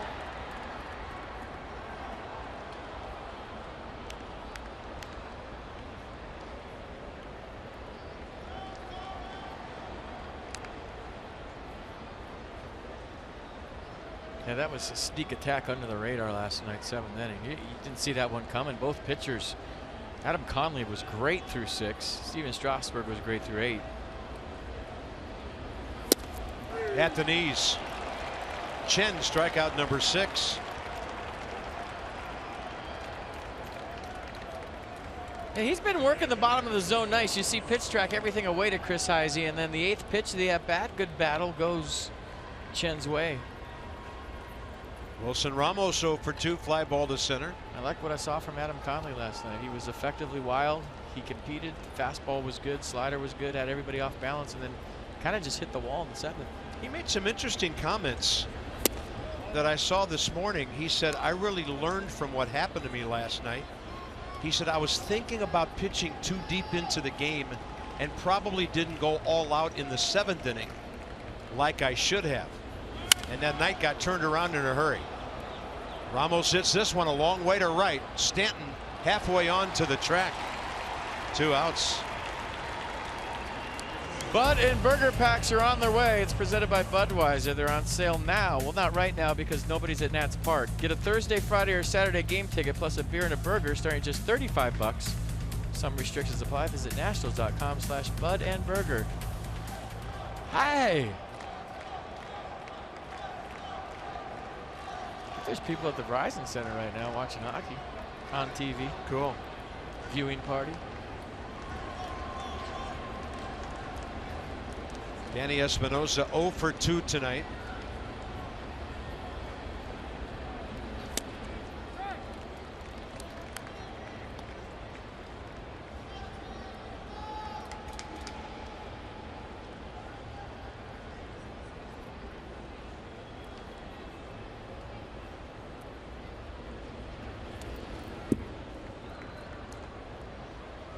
Yusmeiro Petit prepared at least to come out on deck.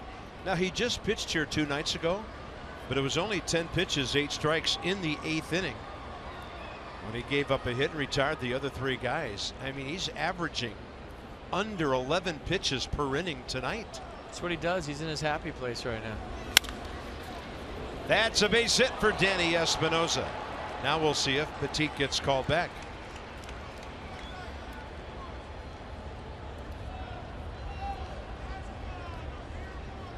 Looking that way. Yeah, Petit is going back, and Clint Robinson's coming out.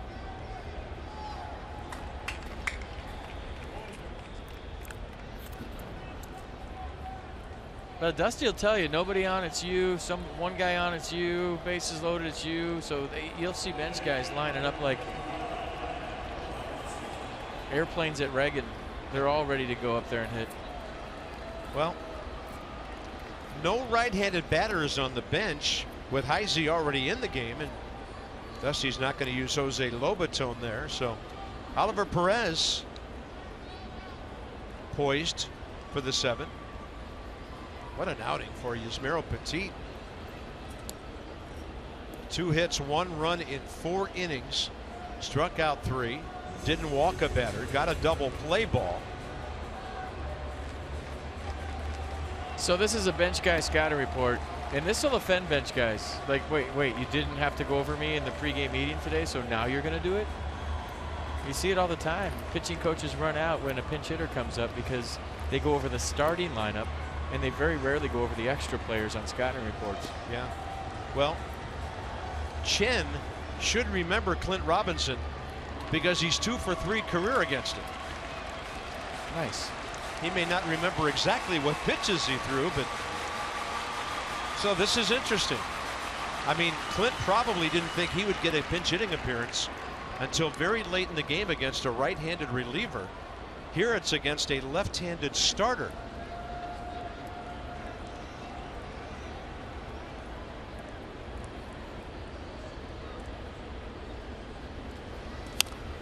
Up there, first pitch swinging. Excuse me, Carp. Lefty might be just what Clint Robinson needs because he's been pulling the baseball more than normal just to stay in, let it get deep and thick the other way. Lefties will tell you a lot of times facing another lefty actually get him right.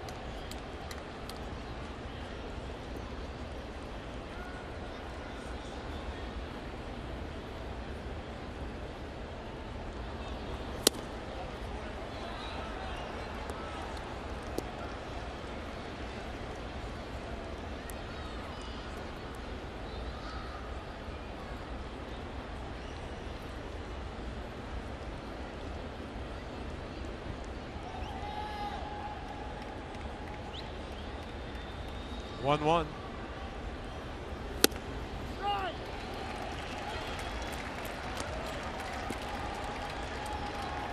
Pretty good numbers career against lefties. Wow.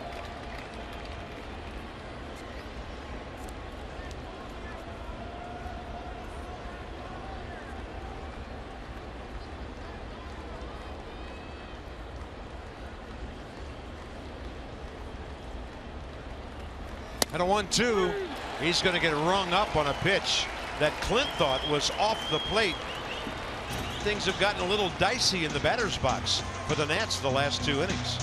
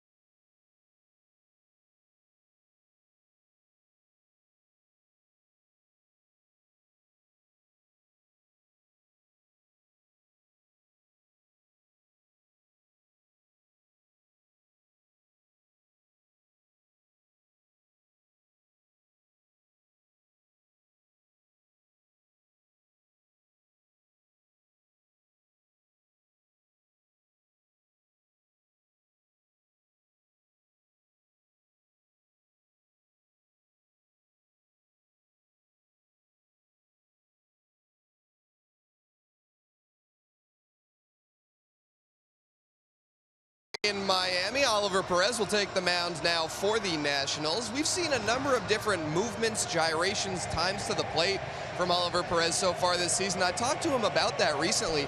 He said that's something that he did when he was a starting pitcher, but he started incorporating it a lot more as a reliever. He said his thinking being, as a reliever, hitters see you much more infrequently, so if you can mix it up, vary your times, it makes it a lot harder on him. He said sometimes he knows going into a pitch what he wants to do. Others, he just kind of lets it flow and goes with whatever feels right up there. I asked him if he has a favorite. He said the one where he kind of pauses at the top, turns his back to the hitter so they can see his numbers. He said that's the most effective one, and teammates also get a kick out of it. He gets a lot of laughs from that one. But he likes varying his times and movements, guys. We've seen that a lot from him. Well, Dan, I've got something infrequent for you. He's never faced Giancarlo Stanton. Over 2 million vehicles sold and counting. Dan with our Coons.com sideline report.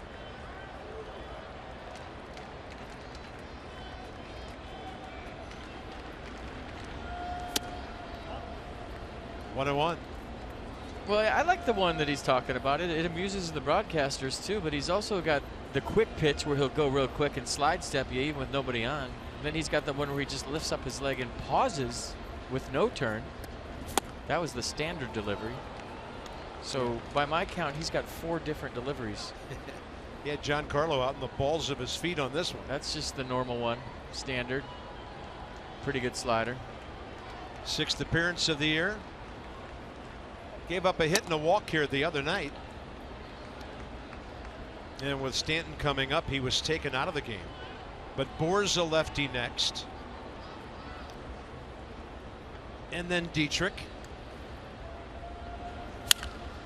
That's the pause at the top delivery. Did you see that? That's the Mr. Miyagi. Wax on, wax off. Little crane technique.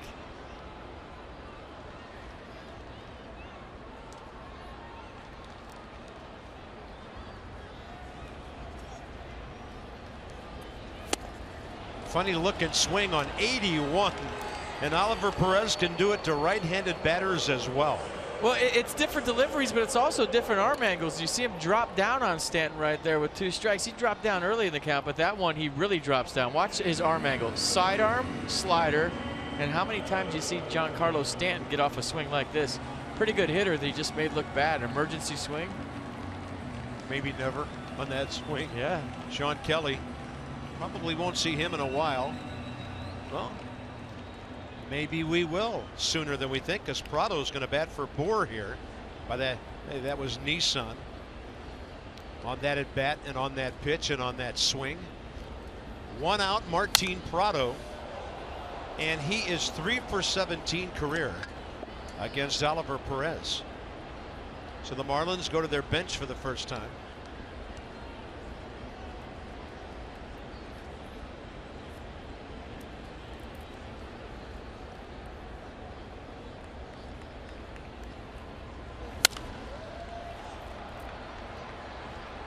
I mean, it makes you wonder why more guys don't do it, but it's probably difficult to repeat your mechanics, and it's something that he works on.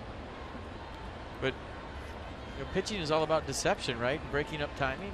And if you could do anything that gives you an edge, whether it's turn your back, change your deliveries, drop down sidearm, pause. I was just looking at Mike Maddox wondering what's there to coach here. I wonder if when does he decide when he comes set, okay, this is going to be a pause, or does he just start his delivery and it kind of happens along the way? I like the pause. The pause would mess up most hitters, you feel like, because I'm striding and he's still pausing. Yeah. 0-2. Tried to buzz the inside corner with his 90 heater. Didn't miss by much.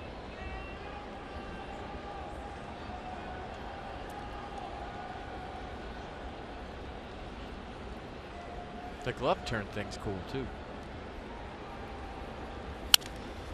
Boy, he got jammed at Prado. Here's Rendon over to Zimmerman. 2 outs for Oliver Perez here. 7th inning. You want to see the Stars of tomorrow, just 30 minutes away from Nats Park if there's no traffic. The Potomac Nationals are back in town April 26th through May 1st. To purchase your tickets, call the number on your screen or go to the website at the bottom of the screen. Making me want to do the wind-up up here.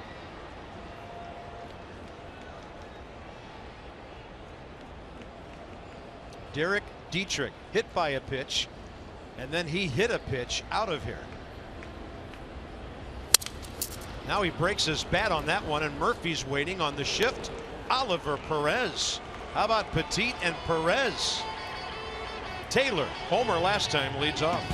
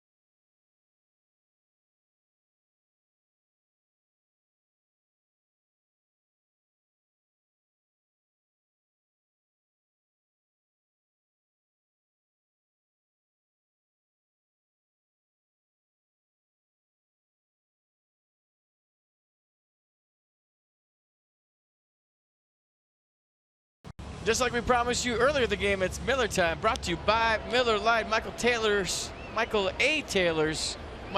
Tater. Last at bat. So a couple of strikeouts, not a problem. Third time up, he goes the other way. Second home run of the year for Taylor. Third RBI.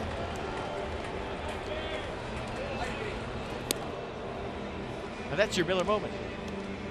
360 Nats, 130 Miami. Let's have a look at our Freight Rail Works do-up. What they've done in this series. Michael A. Taylor, well, look up. He's got 3 extra base hits now. Anthony Rendon has walked 3 times. He has a couple of hits in the series. And then there's Bryce, who's done as much damage with 2 hits as you can possibly do, other than hitting 2 grand slams. So Derek Dietrich moves over to first base.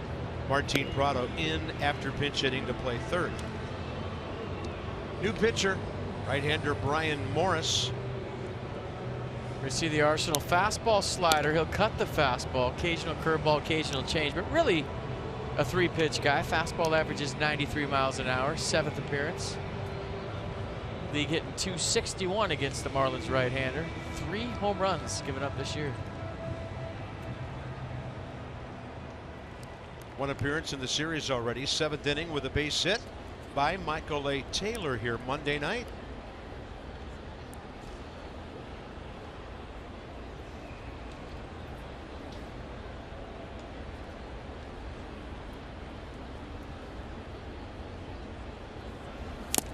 Hard breaking ball, swinging a foul tip. So Taylor, career against him. A couple of hits and 5 at bats. Here's the left-hander Craig Breslow.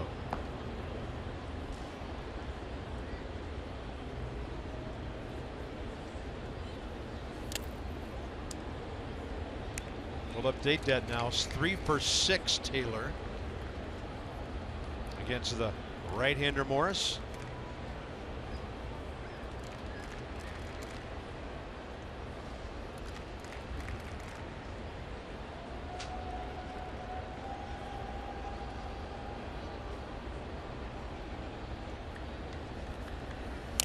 Looking to bunt on a 1-1 pitch. Prado just into the game. See, I like the base hit bunt, but when you do it with 1 strike, you have to be fine with it. You want it to be fair or foul. You want it to be a perfect bunt. So a lot of times you'll bunt it foul, and now you're battling with 2 strikes.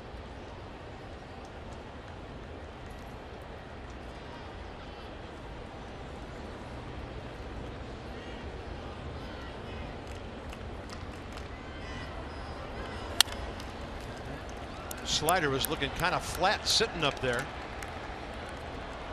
Announced crowd of 16,961 at Marlins Park tonight. Wei-Yin Chen, by the way, went 100 pitches, 64 strikes, 7 Ks. Blake Trinan for the Nats, 3 runs on 6 hits. Solid outing. And that's the pitch, Michael A. If he can lay off that, he'll have great success. Real Muto was crossed up right there. He didn't even come close to catching that. I think Brian Morris saw a different side. 2-2.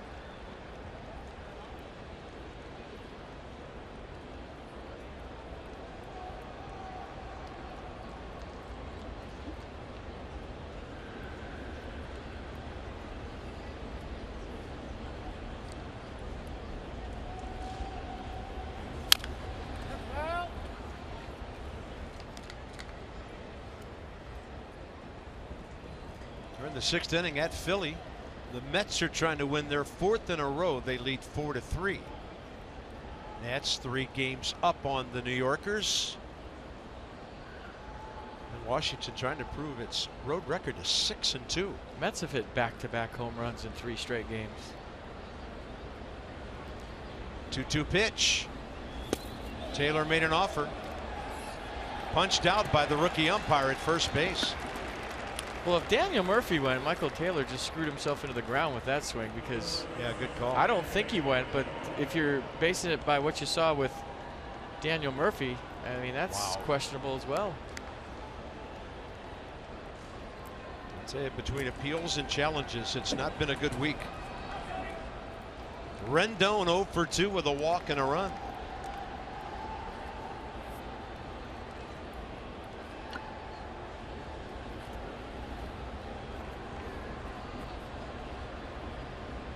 Anthony 1 for 5 career against Morris. And of course Bryce is on deck. That's why they have Breslow warming. Miami trying to keep this a 2-run game. They still have 6 outs with which to work.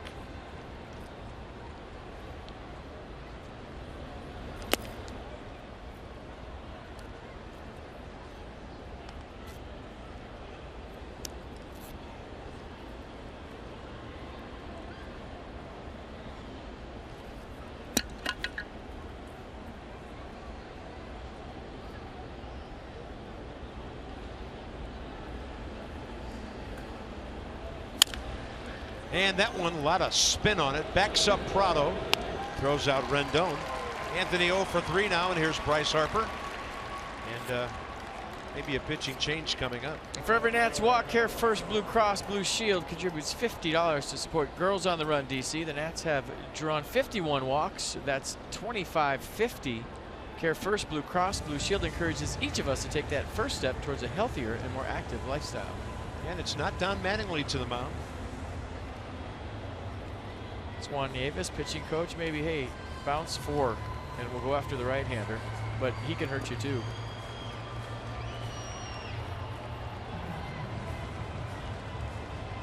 Bryce Harper against Brian Morris, 2 for 4 career, both home runs, 3 RBIs. Okay. All right. Well, Brian Morris would tell you he's due, and Bryce Harper would tell you he owns him, so I don't know. I don't think he's going to throw him a strike. Let's see. He's bounced 1. There's 1 bounce. The one thing Bryce won't do, that there's no way to pitch around him because he's not going to bite. He's going to take his walks. There's certain home run hitters that you can get over anxious that'll chase some things in the dirt. I don't know that Bryce Harper's that guy. Yeah, not anymore. Well, he gave him a strike. Bryce inside out swing, left field line, Prado. That's a foul ball, and the Nats are gone in the top of the 8th. Don Mattingly knew something that none of us did.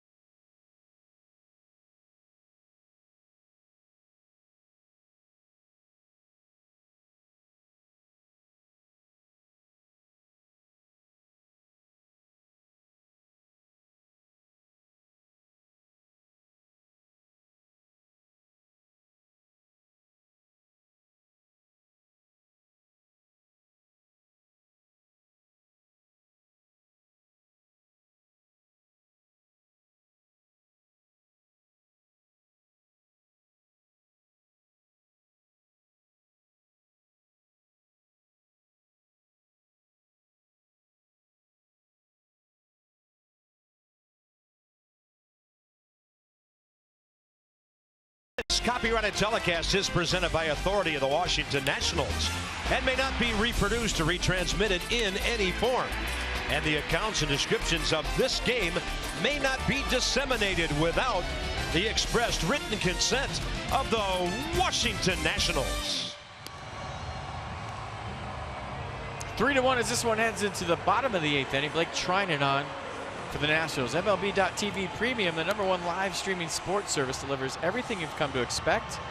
Watch every out-of-market game live in HD on over 400 supported devices. Includes a free subscription to At-Bat Premium. Visit MLB.TV for details. Blake Trinan has not appeared in this series until right now. So the Nats have their A bullpen at work here. And for Trinan, 5th game of the year, he's already picked up a couple of wins in relief. A 1.93 ERA. Felipe Rivera ready when needed. 4 2/3, 2 hits, 1 run, 4 Ks, 2 walks. JT Realmuto is 0 for 2 career. It's the bottom 3 in the Miami batting order, bottom of the 8th. And Trinan, when he's going well, will have guys pounding the ball into the dirt. Marlins do not have any left-handed bats on the bench.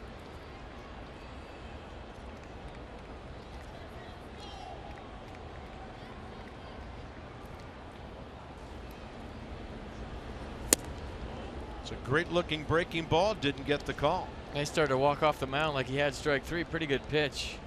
Fastball for Trinan this year has been averaging 94 miles an hour. Slider 86. Last year his fastball averaged 96.3. He'll get a strike on that front door slider. 1 out, 8th inning. Tomorrow, we've got a matinee for you, 1 o'clock. It'll be Max Scherzer. 0-2, or that's Tom Kohler 0-2. Max is 2-0, and he's 3-1 career against the Miami Marlins. And then Tom Kohler. Bryce Harper doesn't have a scheduled day off tomorrow, does he? Because he has owned Tom Kohler over the years, who's just 3-7 against the Nats. Nats Extra 12:30 will join you here from Marlins Park, 1 o'clock. I could tell you, but then I'd have to kill you. So. Okay. I'm going to say no.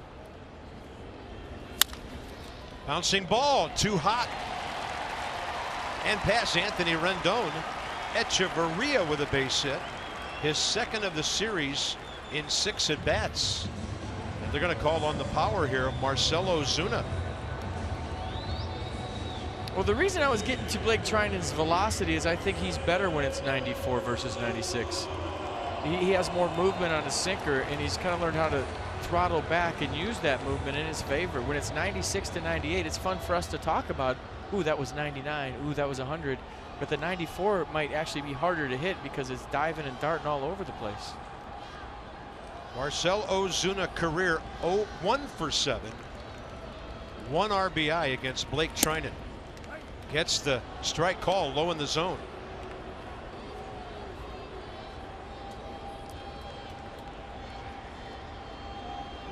Ozuna off to a 200 start, 10 for 50. 0 for 1 as a pinch hitter. Good stop.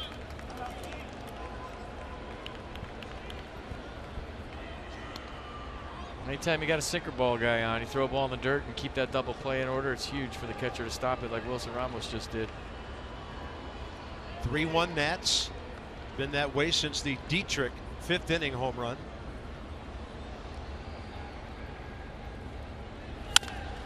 To his left, Espinosa to Murphy. It's the 3rd Nationals double play of the night. That's on Wilson Ramos for blocking the pitch before that. I mean, you block a tough pitch, then you get one more with the runner staying on first, you get the 6-4-3 double play. So that's a total team effort.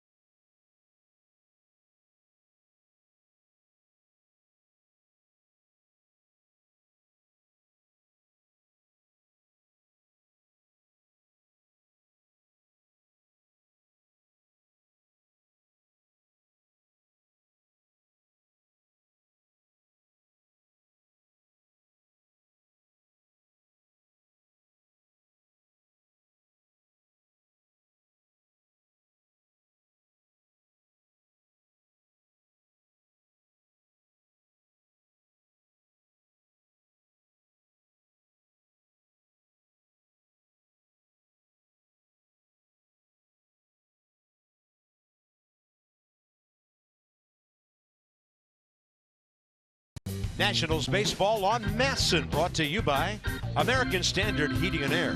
It's their all-star sales event with up to $1,100 in instant rebates or 0% APR for 36 months. By Ocean City, Maryland. Let us show you a good time in Ocean City, Maryland. Book now at OCOcean.com. And by your local Kia dealers. Visit DCKiaDealers.com and find out more. Roof closed, beautiful night in Miami. It's such a team game, and there's little things that help you win ball games. And that block by Wilson Ramos, keeping the double play in order. And hopefully for the Nats, keeping Giancarlo Stanton out of the batter's box in the 9th inning. You never know. Craig Breslow, first appearance of the series. 7th on the year for the Marlins with a 1.23 ERA. 6 hits and 7 1/3 with 1 run scored. He's walked a couple, struck out 6. Ryan Zimmerman faces him for the first time.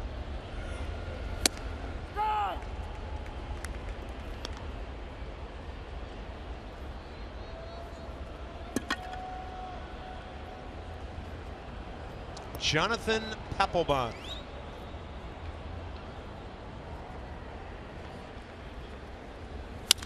Zimmerman way out ahead. Over to Prado. Both bullpens have done a nice job so far tonight. Johnny and Phil are in the studio tonight. It's the Nats Extra postgame show presented by WB Mason when we are done with Game 3 here in Miami. As you look in the stands, I can't do the postgame show. I got to beat traffic. It's going to be tough. Well, they taught me in broadcasting school that's the producer's decision. And here's Daniel Murphy, who's 2 for 2 against Breslow and goes up hacking. Well, it's an exciting young bunch here for the Marlins. I'm surprised more people don't come and see. I mean, you get to see Giancarlo Stanton play every day. You got a Gold Glove second baseman that won a batting championship last year. Yeah. Gold Glove possibly shortstop. Ichiro Suzuki, Hall of Famer. Christian, I mean, this is a good young team. I was going to say, I like their left fielder. This is a team that most cities would love to have. Murphy trying to drop one, and none of the fielders can get to that. And Daniel Murphy has another multi-hit game, his 8th of the year. Then he's 2 for 4 tonight. Hit them where they ain't. Well, yeah. And who's sleeping better than Daniel Murphy early in the season? Just another 2-hit game. Just another lousy 2-hit game for Daniel Murphy. I mean, that's just a solid 8 hours sleep every night. No tossing and turning. No thinking about the pitch you should have hit. Just 452, by the way, during his hitting streak, which reached 12 earlier tonight, and nobody has hit in as many REM sleep for days. Games in a row. By the way, Murphy has 21 hits already. So he's 21 for 49. Overall batting .429. He gets 2 hits a night. His batting average goes up like 1 point.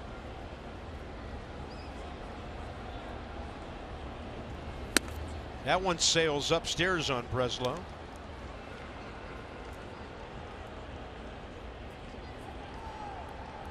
Chris Heisey 0 for 2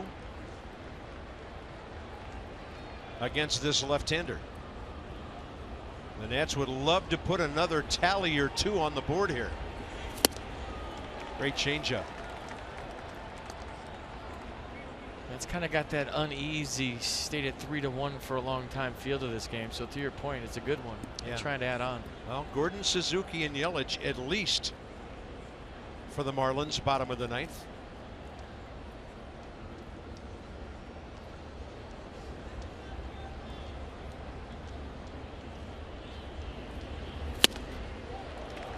And then he humps up with 91. 14-mile-an-hour difference between those 2 pitches. And Don Mattingly wants a right-hander for Wilson Ramos.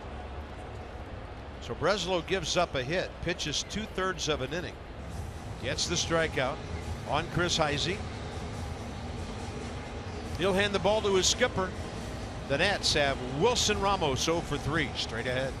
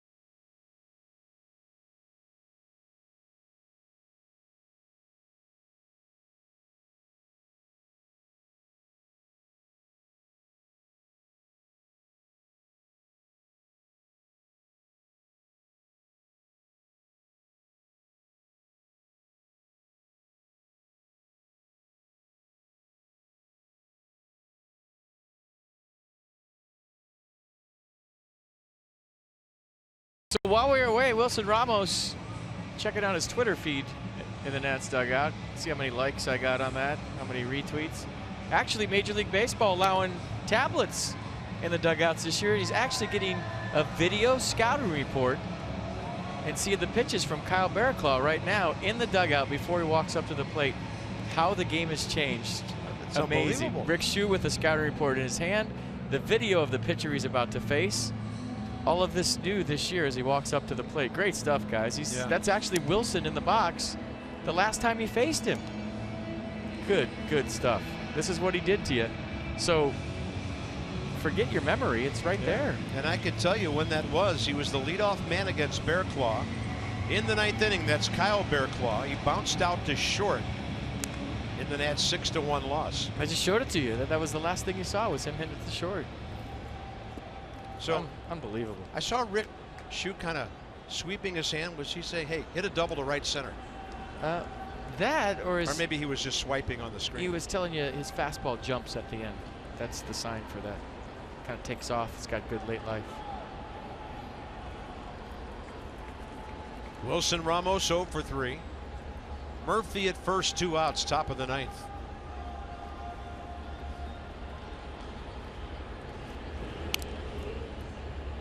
Murphy has done some running in the early going, 1 for 2. Nats just haven't had many running opportunities lately. They've been on 6 stolen bases for about a week.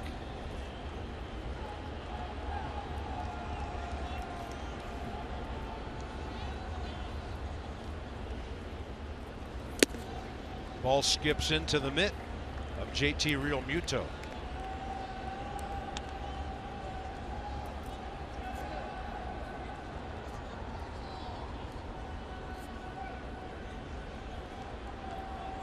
Ramos, home run off the top of the left center field wall last night.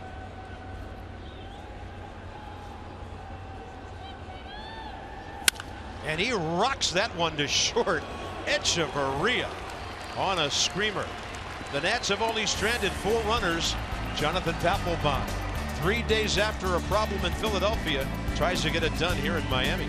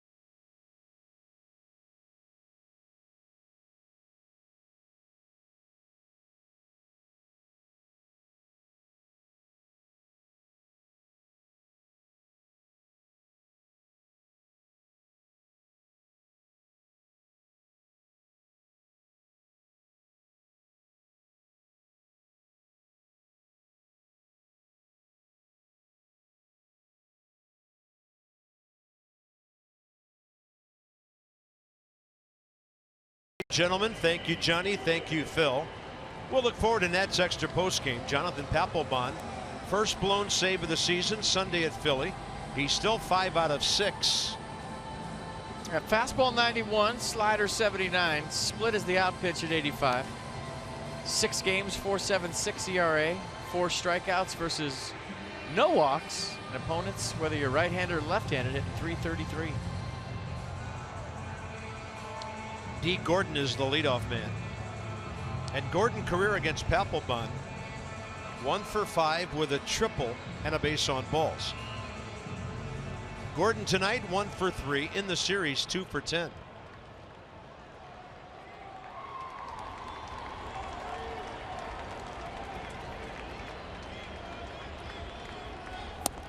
Strike, low in the zone, tailing to the outside edge. Rendon on the grass at third.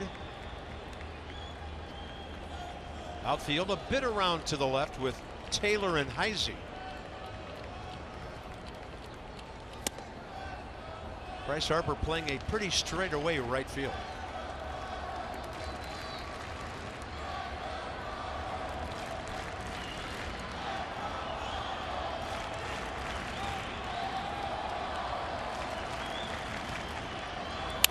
Slaps it left side. Rendon right there. Huge out to start the bottom of the ninth.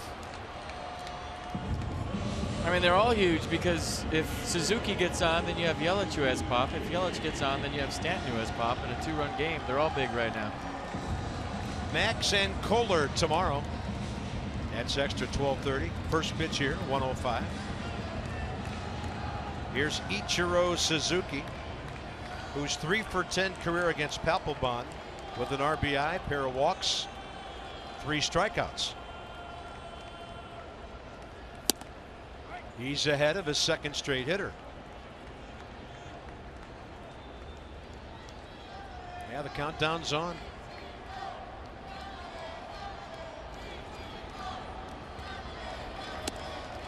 Was that 60 in Sharpie on his shirt? Because what's he going to do if he ever gets another hit?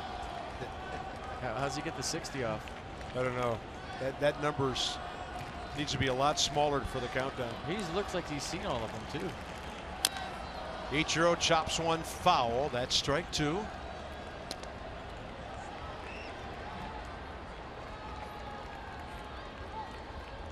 I like elevating against Ichiro. He's so good on the off-speed low because he's running out of the box and it's kind of along his bat path. But I think when you're running and hitting, especially this time of his career, higher than high, above the Marlins logo, above the Miami on his shirt. Out of play.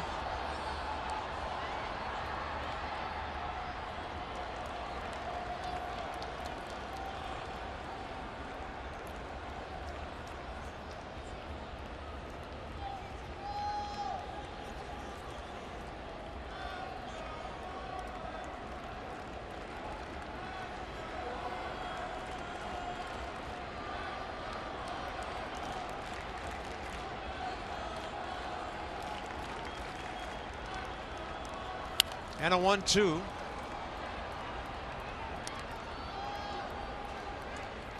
know, with 2 strikes, he likes to serve it to left as he's running out of there, and it's tough to do that on a high strike, maybe even out of the strike zone high, because he can't get on top. Fly ball is the best he can do with that pitch.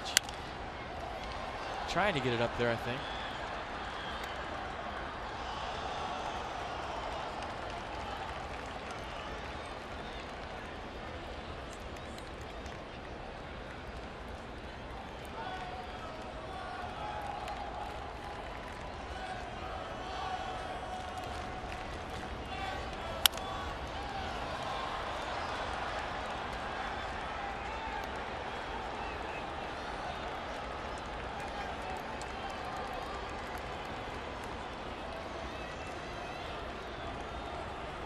Peppering the strike zone. Ichiro peppers the lower deck left side. Up the middle. Espinosa to his left. Danny's got it. Quick release, 2 outs. 4 for 7 is Christian Yelich's career against Papelbon, and that's the matchup it comes down to here. 2 outs in the ninth.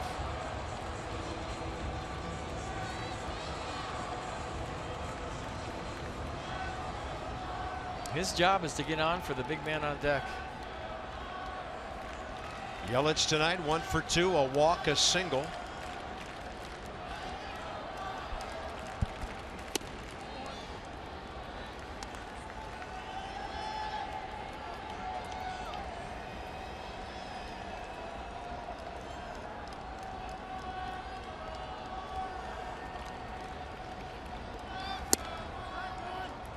Take it all the way.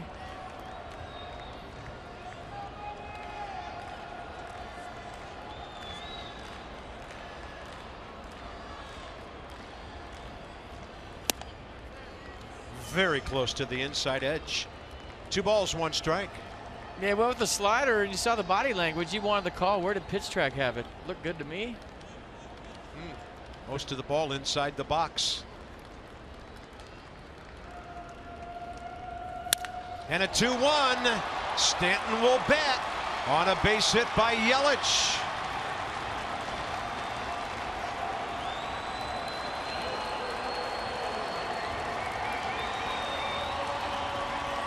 I'm telling you what, even though you get the winning run to the plate, Martin Prado, I'm not taking a chance with this guy.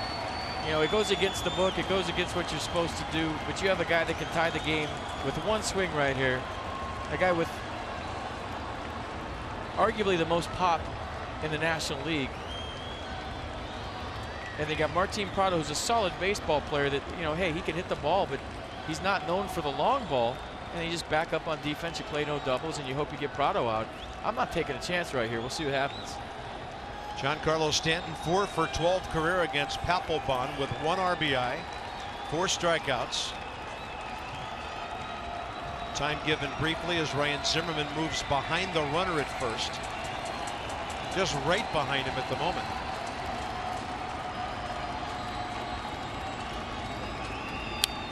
Oh my, 93 up, and Stanton had quite a rip. That'll get your heartbeat going. 3 guys on the left side.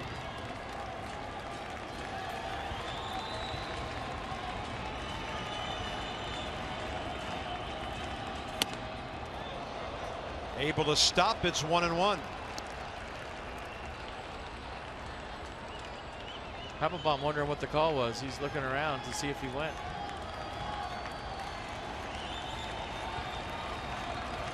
There's times to get macho and there's times to be smart. Let's see what happens.